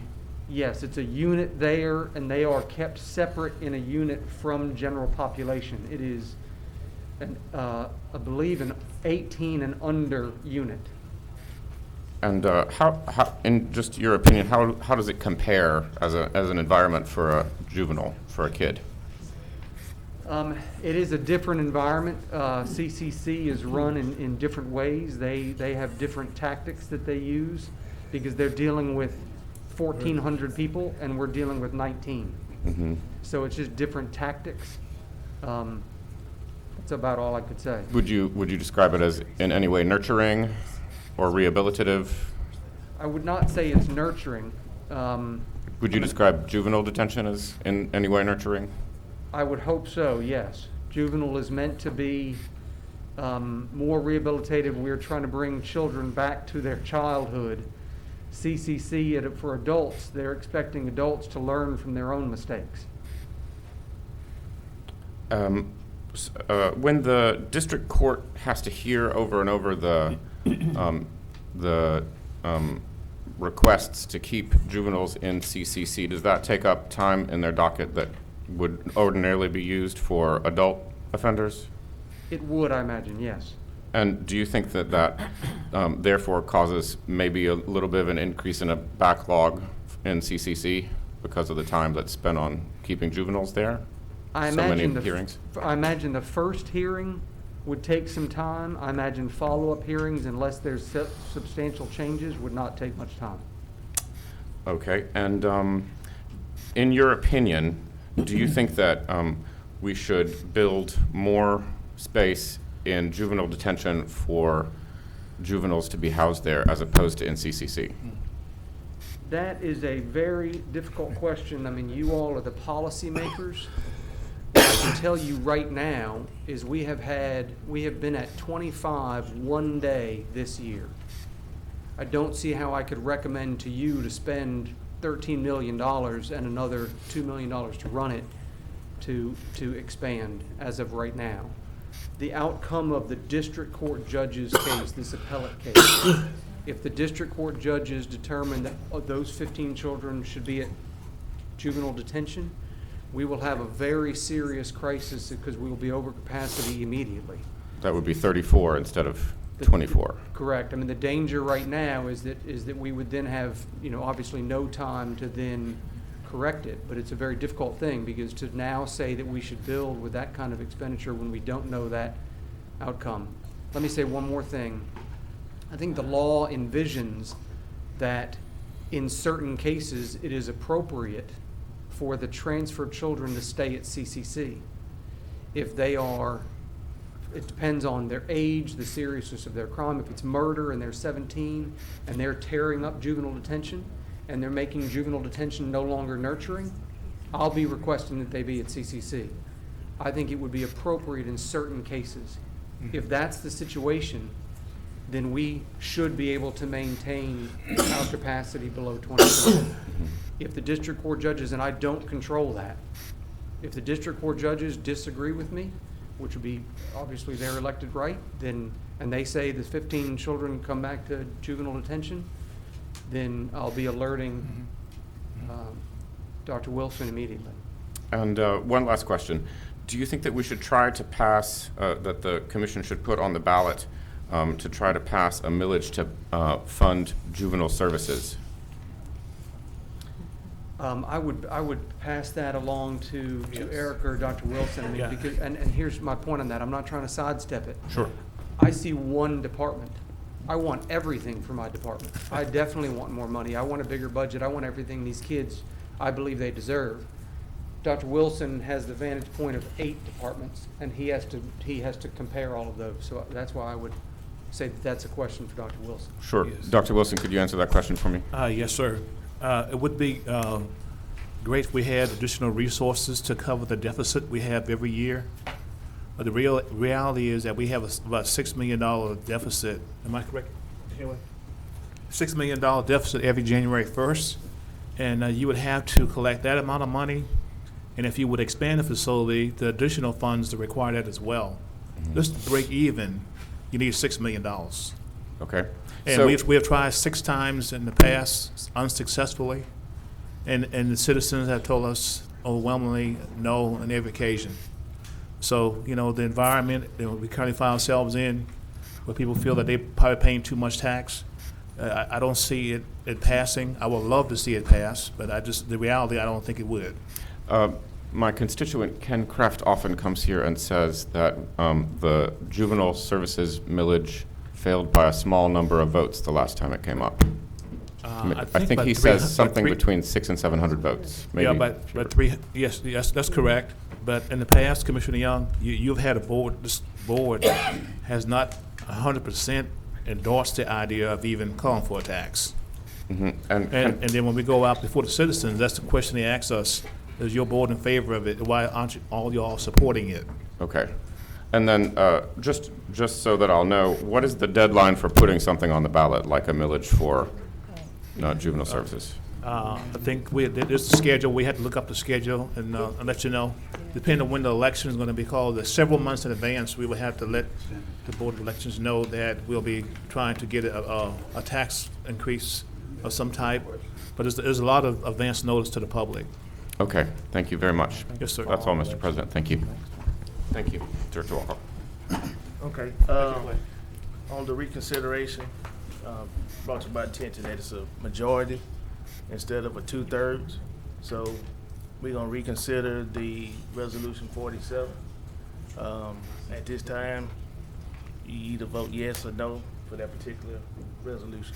So just to be clear, now we're voting on the resolution? Resolution 47, to reconsider. Well, the reconsider was yes by a majority of 1. And so now we vote to either accept it or to deny it. And it was the secondary, it was Commissioner Chavez's motion we were considering, was it not? Well, that was the substitute, so that would be the one that we will go back to either vote on, and then if that fails, we go to the original motion. So we're voting on voting Mr. on Commissioner Chavez's. Yes. Okay. Is that right? Wait. All right. Okay. Well, that was a motion to just reconsider 47. That wasn't a motion to reconsider the last motion. Yeah, A motion to reconsider 47. is But what that was the 47 motion. had a substitute motion, which was his motion. That's the one Not what you that reconsider. we You voted can upon. reconsider. We voted upon his motion. We never voted upon the original You- motion of But 47. I think Commissioner Jackson's motion was to reconsider the 47. adoption of 47. Like, Yes, that's what the motion was. like, But we didn't vote on the original motion of 47. We voted on the substitute motion, which was the one that passed, and so the prevailing side asked for a reconsideration of that particular vote, which was of the substitute motion and not of the original motion. You gotta do the substitute motion first.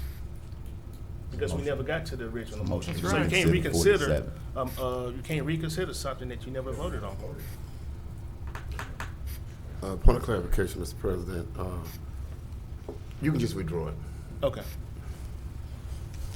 The maker of the motion withdraw that. So can we go back to the administration report, Commissioner Talaferro? Thank you, Mr. President. Dr. Wilson, just a quick question with regards to the proposals for the monument. Our $500,000 cap is still what we're operating on. Yes, Is sir. that correct, sir? That's correct. Okay, thank you. Commissioner Chavez. Are we under, request from, Administration. okay, perfect. And I know some of the people that came had left. First off, Director Travis, I think I saw you address the man that came and complained about the rats. Okay, you guys are gonna handle that? Yes, sir. Okay, and I know we have the health unit fund, Dr. Wilson, how does that play into that gentleman's situation? The health unit fund, sir, it would fund the health unit on Crestwell Street as well as the animal services operations. And within animal services, we do provide rat bait and poison for the citizens who like to have it. So it's a simple matter as going over there and getting it from them, and certainly we would make sure he get it. But certainly we don't go out to exterminate rodents, but we provide baits if the citizens like to have it themselves. Okay, because I know ultimately that's an apartment complex, there's a landlord, there's a Yes, sir. for-profit person. That's correct. Our job is to help out the citizens. That's correct, sir. and that poor gentleman, they're stuck in a situation where I would like us to go help them. However, at the end of the day, if we have to send the bill to that landlord because It's they're a not private taking care of. enterprise. Okay, That they can call exterminator and deal with that. all right. I just want to make sure that we're at least doing what we can to help the Yes, sir, gentleman, and we because he's do. come twice now, so there's got to be a problem over there. Yes, sir, we do. And then second, one of the attendees mentioned that on the rent assistance, that we're under served as far as a digital platform in Louisiana. No, sir, we have, what we're using is the gold standard and the rental assistance program software that was developed in Austin, Texas, and widely hailed as being the premier platform to use, and that's what we're using. And I know I exhausted staff with my ideas on how to try to get Yes, sir. the underserved community Yes, sir. in regards to the lack of digital access served. And you did give me a good response, but I hadn't heard the public hear this, so I wanted you to read out that we have community partners. Yes, and sir. they're the ones that are going in with a paper application and helping them. So if you could kind of fill this out and how that's working, I think it'll help a lot of people. Yes, sir. One of our community partners, Bishop Brandon Organization, will actually send someone to your house with a laptop to fill that application out for you. That's what I'm talking. We Yes, need to sir. do a better job maybe of getting that out there to the That's- public, because it's there, we have it available, so Yes, sir. if people are down here voicing it, then we have a solution to offer, so Yes, sir. thank you for that. And there are some things that we're going to tweak in the program, because it is a work in progress. But, you know, like Commissioner Jackson said earlier, we did meet about 2 hours yesterday to talk about what we can do, perhaps to even make it better than what it is. And we get constant inputs from the citizens, and we try to see if we can make those adjustments. And in some cases, we can. And as long as we don't violate the Treasury rules, we think we will do whatever we can to help to make it easier for our citizens to use the material and the platform. I think that's it, Doc. Thanks for the job you guys are doing. Thank you, President. No problem, sir. Commissioner Jackson. Yeah, I move to reconsider resolution number 52 at this time. Second. Been moved by Commissioner Jackson and seconded by Commissioner Chavez to reconsider Number 52. Resolution 52, which was January 6th attack. yeah, my screen went out. Okay, the resolution to support the creation of the National Commission to investigate the January 6th attack on the United States Capitol complex. So let's vote on the, to reconsider. I was on the prevailing side. They failed. I was on the prevailing side. Commissioner Chavez?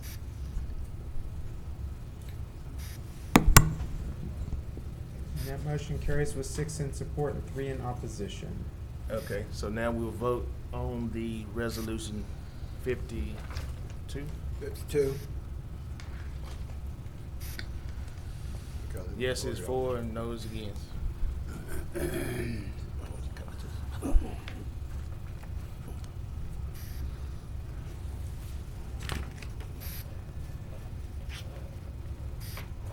The motion does not carry with 5 in support and Passes. 4 Majority in present. opposition. Passed with majority present. Take 7 for on resolutions. Yeah, Seven to this is adopt. not just on the reconsideration, it has to have 7 votes in order to pass. Pass as a resolution needs 7 votes. No, they don't need majority present for resolution. No. That's to 7. advance it. Majority for That's other to advance it motions, from but Monday not to for Thursday. adoption. Okay. Next item.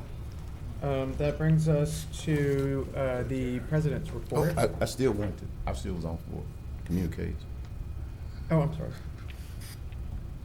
Go ahead, Commissioner Jackson. Yes, Commissioner Chavez, you made the motion to remand resolution number 47 to your committee. How soon are y'all planning to meet? And Mr. Clerk, doesn't this just come back on the old business at that point?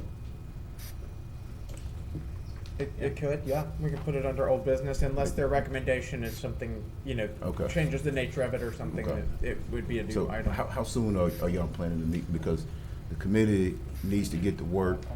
I'll be surprised to see what are the questions. I mean, it just seems like when certain people bring resolutions down, we have to go the long way. And so I want to be clear, this doesn't mean the resolution is defeated. We're just going to committee to have a discussion about it. But how soon? Because President, may I answer that? Yes. Okay, thank you. I would be entertainment of doing it tonight if we have enough. I think we have to give public notice. Yeah, you gotta have on it. notice. Okay, then as soon as possible. So we have a meeting on, not next week, but the week after, so I'll be willing to meet on Monday if that's amicable with the committee. That way we can get it on the agenda before the work session. Next week. And what I would like to see is hopefully between now and then, maybe some amicable conversations between the parties that are having some issues with this piece of legislation. Maybe some resolutions will manifest themselves before we go to committee, and that's what I'm gonna hope for. Well, thank you, Commissioner Chavez. I'll tell you that I've made every attempt that I could to talk to folks. I've reached out to folks. I think the legislation was poised to pass today without the substitute. I think it was pretty poised to pass today. I think anytime you give people an opportunity to have extra conversation, I'm fine with that. But what I'm not fine with is we come to a committee and we get to the committee and it's just, I just don't want to do that. Because that's what ultimately happens with most of my legislation is it just gets to committee and there's no substance, there's nothing substantive add. I heard the comment that the pandemic committee can operate under the task force, but if that's the case, then any other special needs that we have that have been set up can operate under the long-range planning committee and special needs. So why just this committee be singled out to operate as a subset or a subcommittee? And I think what we tend to do is we've gotten caught up in some personality conflicts. I'm not down here to serve myself. I'm not down here to serve anybody else. I'm down here to serve the citizens of Caddo Parish to the best of my will, the best of my knowledge. And I'm gonna put both feet forward to do that. Even when I'm tired, even when I don't feel like it, I'm gonna put my best foot forward to do that. And so to drag this out another 2 weeks and we come back with the same thing, that would have been, because I lay it out for you. I lay everything out with specificity, even to the point of when the committee would dissolve. So I'm just curious to know what other conversation can be had beyond, I just don't want to do this. Because that's what I think at the end of the day. And maybe that's what your committee will get to the bottom of is, well, I just don't want to do it. Because if it was the will to continue to do it, we wouldn't be here today at this point with this resolution on the agenda. I think that's quite common. It was said that somebody did something wrong and that's why the committee was disbanded. Madam Attorney, my understanding, if somebody does something wrong, we have a right, this body has a right to due process, right? Do we not have a right to due process? Because if I have done something wrong or if the committee did something wrong, we, in our charter, there's a due process piece in our charter, and I was not notified of any wrongdoing. Nobody on the committee was notified of any wrongdoing. So because I keep hearing something was wrong or something went wrong. Commissioner, you all do not have a mechanism for addressing or censuring each other. There is a mechanism for addressing removal of a president in your bylaws, but the president had the authority to appoint members of committees, which I guess technically he can unappoint all members of a committee if he so wishes. Absolutely. So that, but there is no notice requirement in your bylaws or anything that has to do with that, or in the charter. Well, I do read the charter, and there is a due process, and it guarantees the right to due process in the charter for all individuals, as well as the staff and commission members. And so if the committee or myself or any one of the members of the commission did something wrong, I would think we would be deserving of that due process that's in our charter. I believe it's part of the preamble of our charter. And so, again, commissioners, again, this is not about me. I just want to make sure that the committee can be able to get to work and do its work. I'll be interested to see what comes of the long-range planning committee discussion. I'll be out a certain part of next week, so let's coordinate it around that schedule as well. But I think we're just going to be prolonging the inevitable. Dr. Wilson, I received an email about a situation at CCC with regard to medication. Can y'all please look at that, into that? I'll forward it to you. Okay. And can y'all start looking into that? Yes, Madam Attorney, can y'all research for me the statute about who is responsible for providing medical care at our facilities, our correctional facilities that we own? Sure. So if you could do that and forward something in writing to us about who is responsible for appointing the medical physicians and things of that nature, because again, I got it and I'm just passing it along. The other thing. Time has expired. You want an extension? Yeah, I need a 3 minutes. The other thing is the rental assistance, Doc. If we could. 3 minutes, Michelle. What? Huh? I'm telling Michelle 3 minutes. Okay. The rental assistance piece, if we could pull in some of those grassroots individuals to have a conversation about what's going on. I did see a KSLA article yesterday that talked about one lady said she didn't even know that we had rental assistance available. If you look at that article, they didn't even know, and the article made no mention of our work. And so I agree, if we could do some more grassroots things, because there may be some more people out there who need that level of assistance.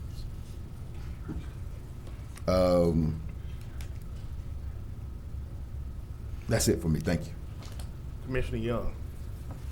Thank you, Mr. President. I just wanted to take a moment to address a couple issues that arose in the meeting today, especially the healthy eating proclamation that we did. I also wanted to use that to make a recommendation for consideration to the American Rescue Plan Committee. I looked through the guidance on American Rescue Plan spending for something that was in my real interest group, which is food production. And American Rescue Plan dollars can be used for something called green infrastructure, which is a form of flood mitigation management. So we also have the watershed initiative that's going on, which is to help, prevent flooding downhill of stuff. Green infrastructure is basically a cleverly designed ditch that is super cheap to make, and you can plant it with plants that produce food.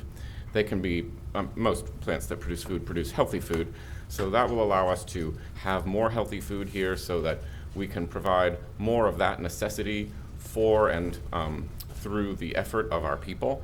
That's part of one of the problems I heard was, you've got to eat healthy, but and then exercise, but you've also got to have healthy food to eat if you're going to eat the healthy food.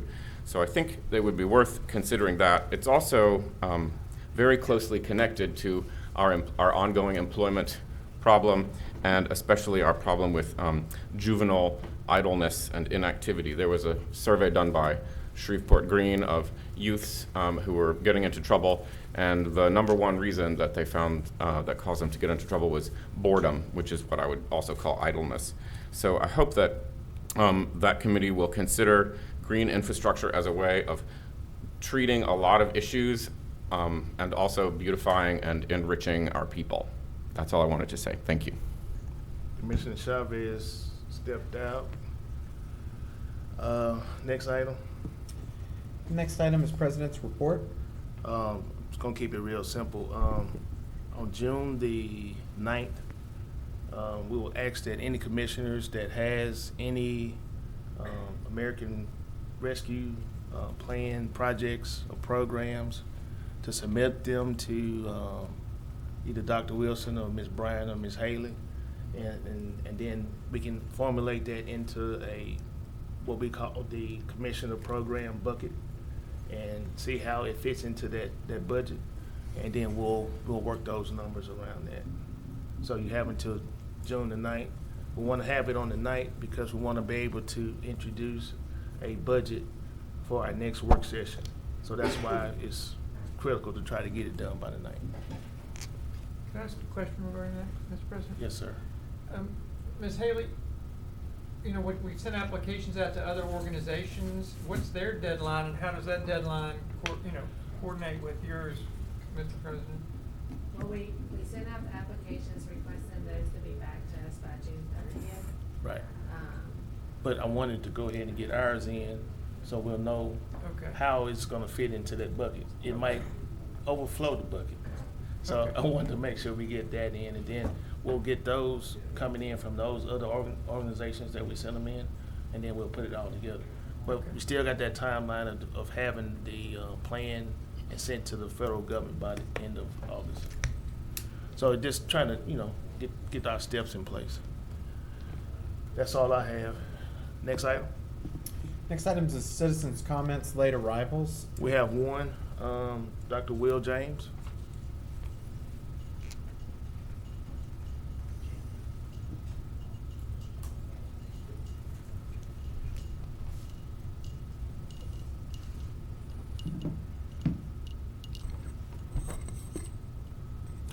Thank you, Commissioner, for having me. I do appreciate the time to speak. Very much appreciate all the work that all of you are doing, whether it's in step or whether we're trying to get through this wonderful democratic process. It is interesting. Wanted to speak on two quick issues before I go to my main topic. With the citizens from Woodlawn Terrace, this has been an ongoing issue since before the winter storm. They've reached out to several grassroots groups as well as different community organizations requesting help. There's an issue to where if you, Commissioner Cawthorn, if you'll check your email, as well as the clerk, you should be receiving an email that has some additional information also that a lot of citizens are concerned about in regards to the landlord who's actually present there at that location. When you speak as far as the landlord can go ahead and actually get the services for rat control and pest control and so on and so forth, or the citizens can go, a lot of the citizens are actually restricted. They are limited with their income or their means to which they can travel about to go pick up said entities to take care of their situations with the rat control problem, or with the mold control problem, and so on and so forth. A lot of them have a really low income level where they need the assistance desperately from the city or the parish or the state. The second issue with the monument, I focus on a lot of different things more than what 3 minutes can actually cover. So just because I've been speaking out on the gun violence issue, or as far as police brutality cases or malfeasance of office or crime prevention and so on and so forth, of course we're still focusing on the monument as far as myself and several other grassroots organizers.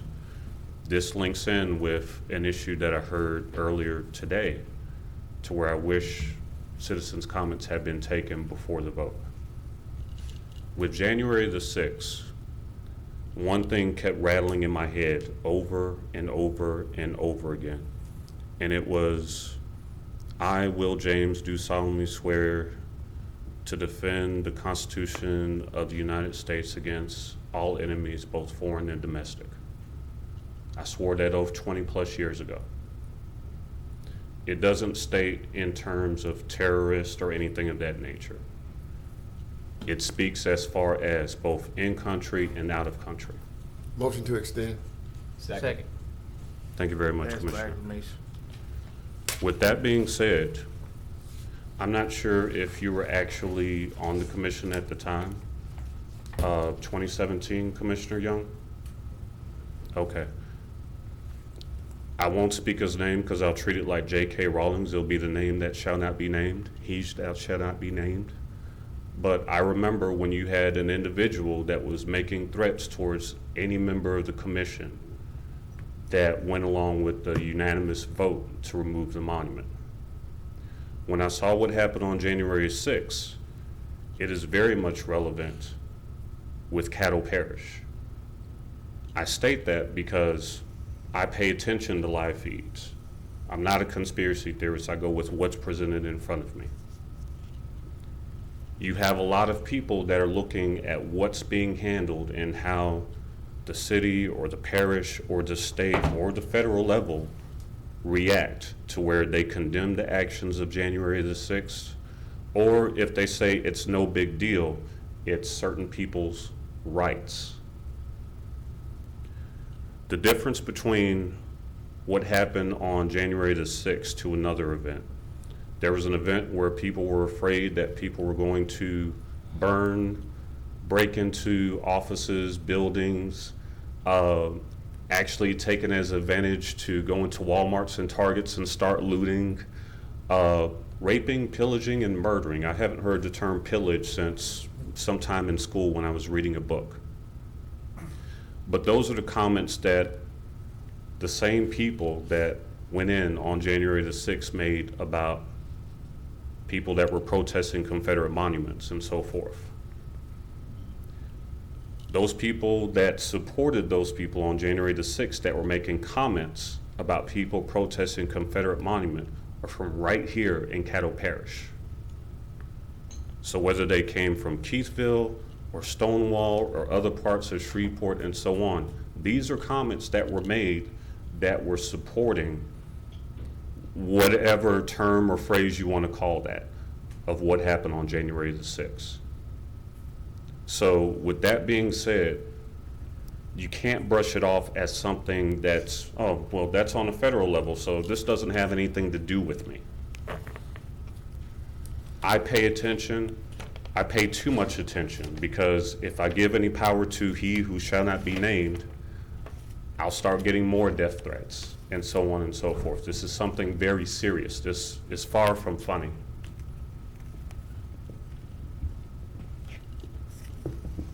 Take into mind your constituents. That's all I ask. I'm aware of the time. Thank you very much. Thank you, Mr. James. Next item. The next item is to adjourn. Move to adjourn. Second. Meeting adjourned.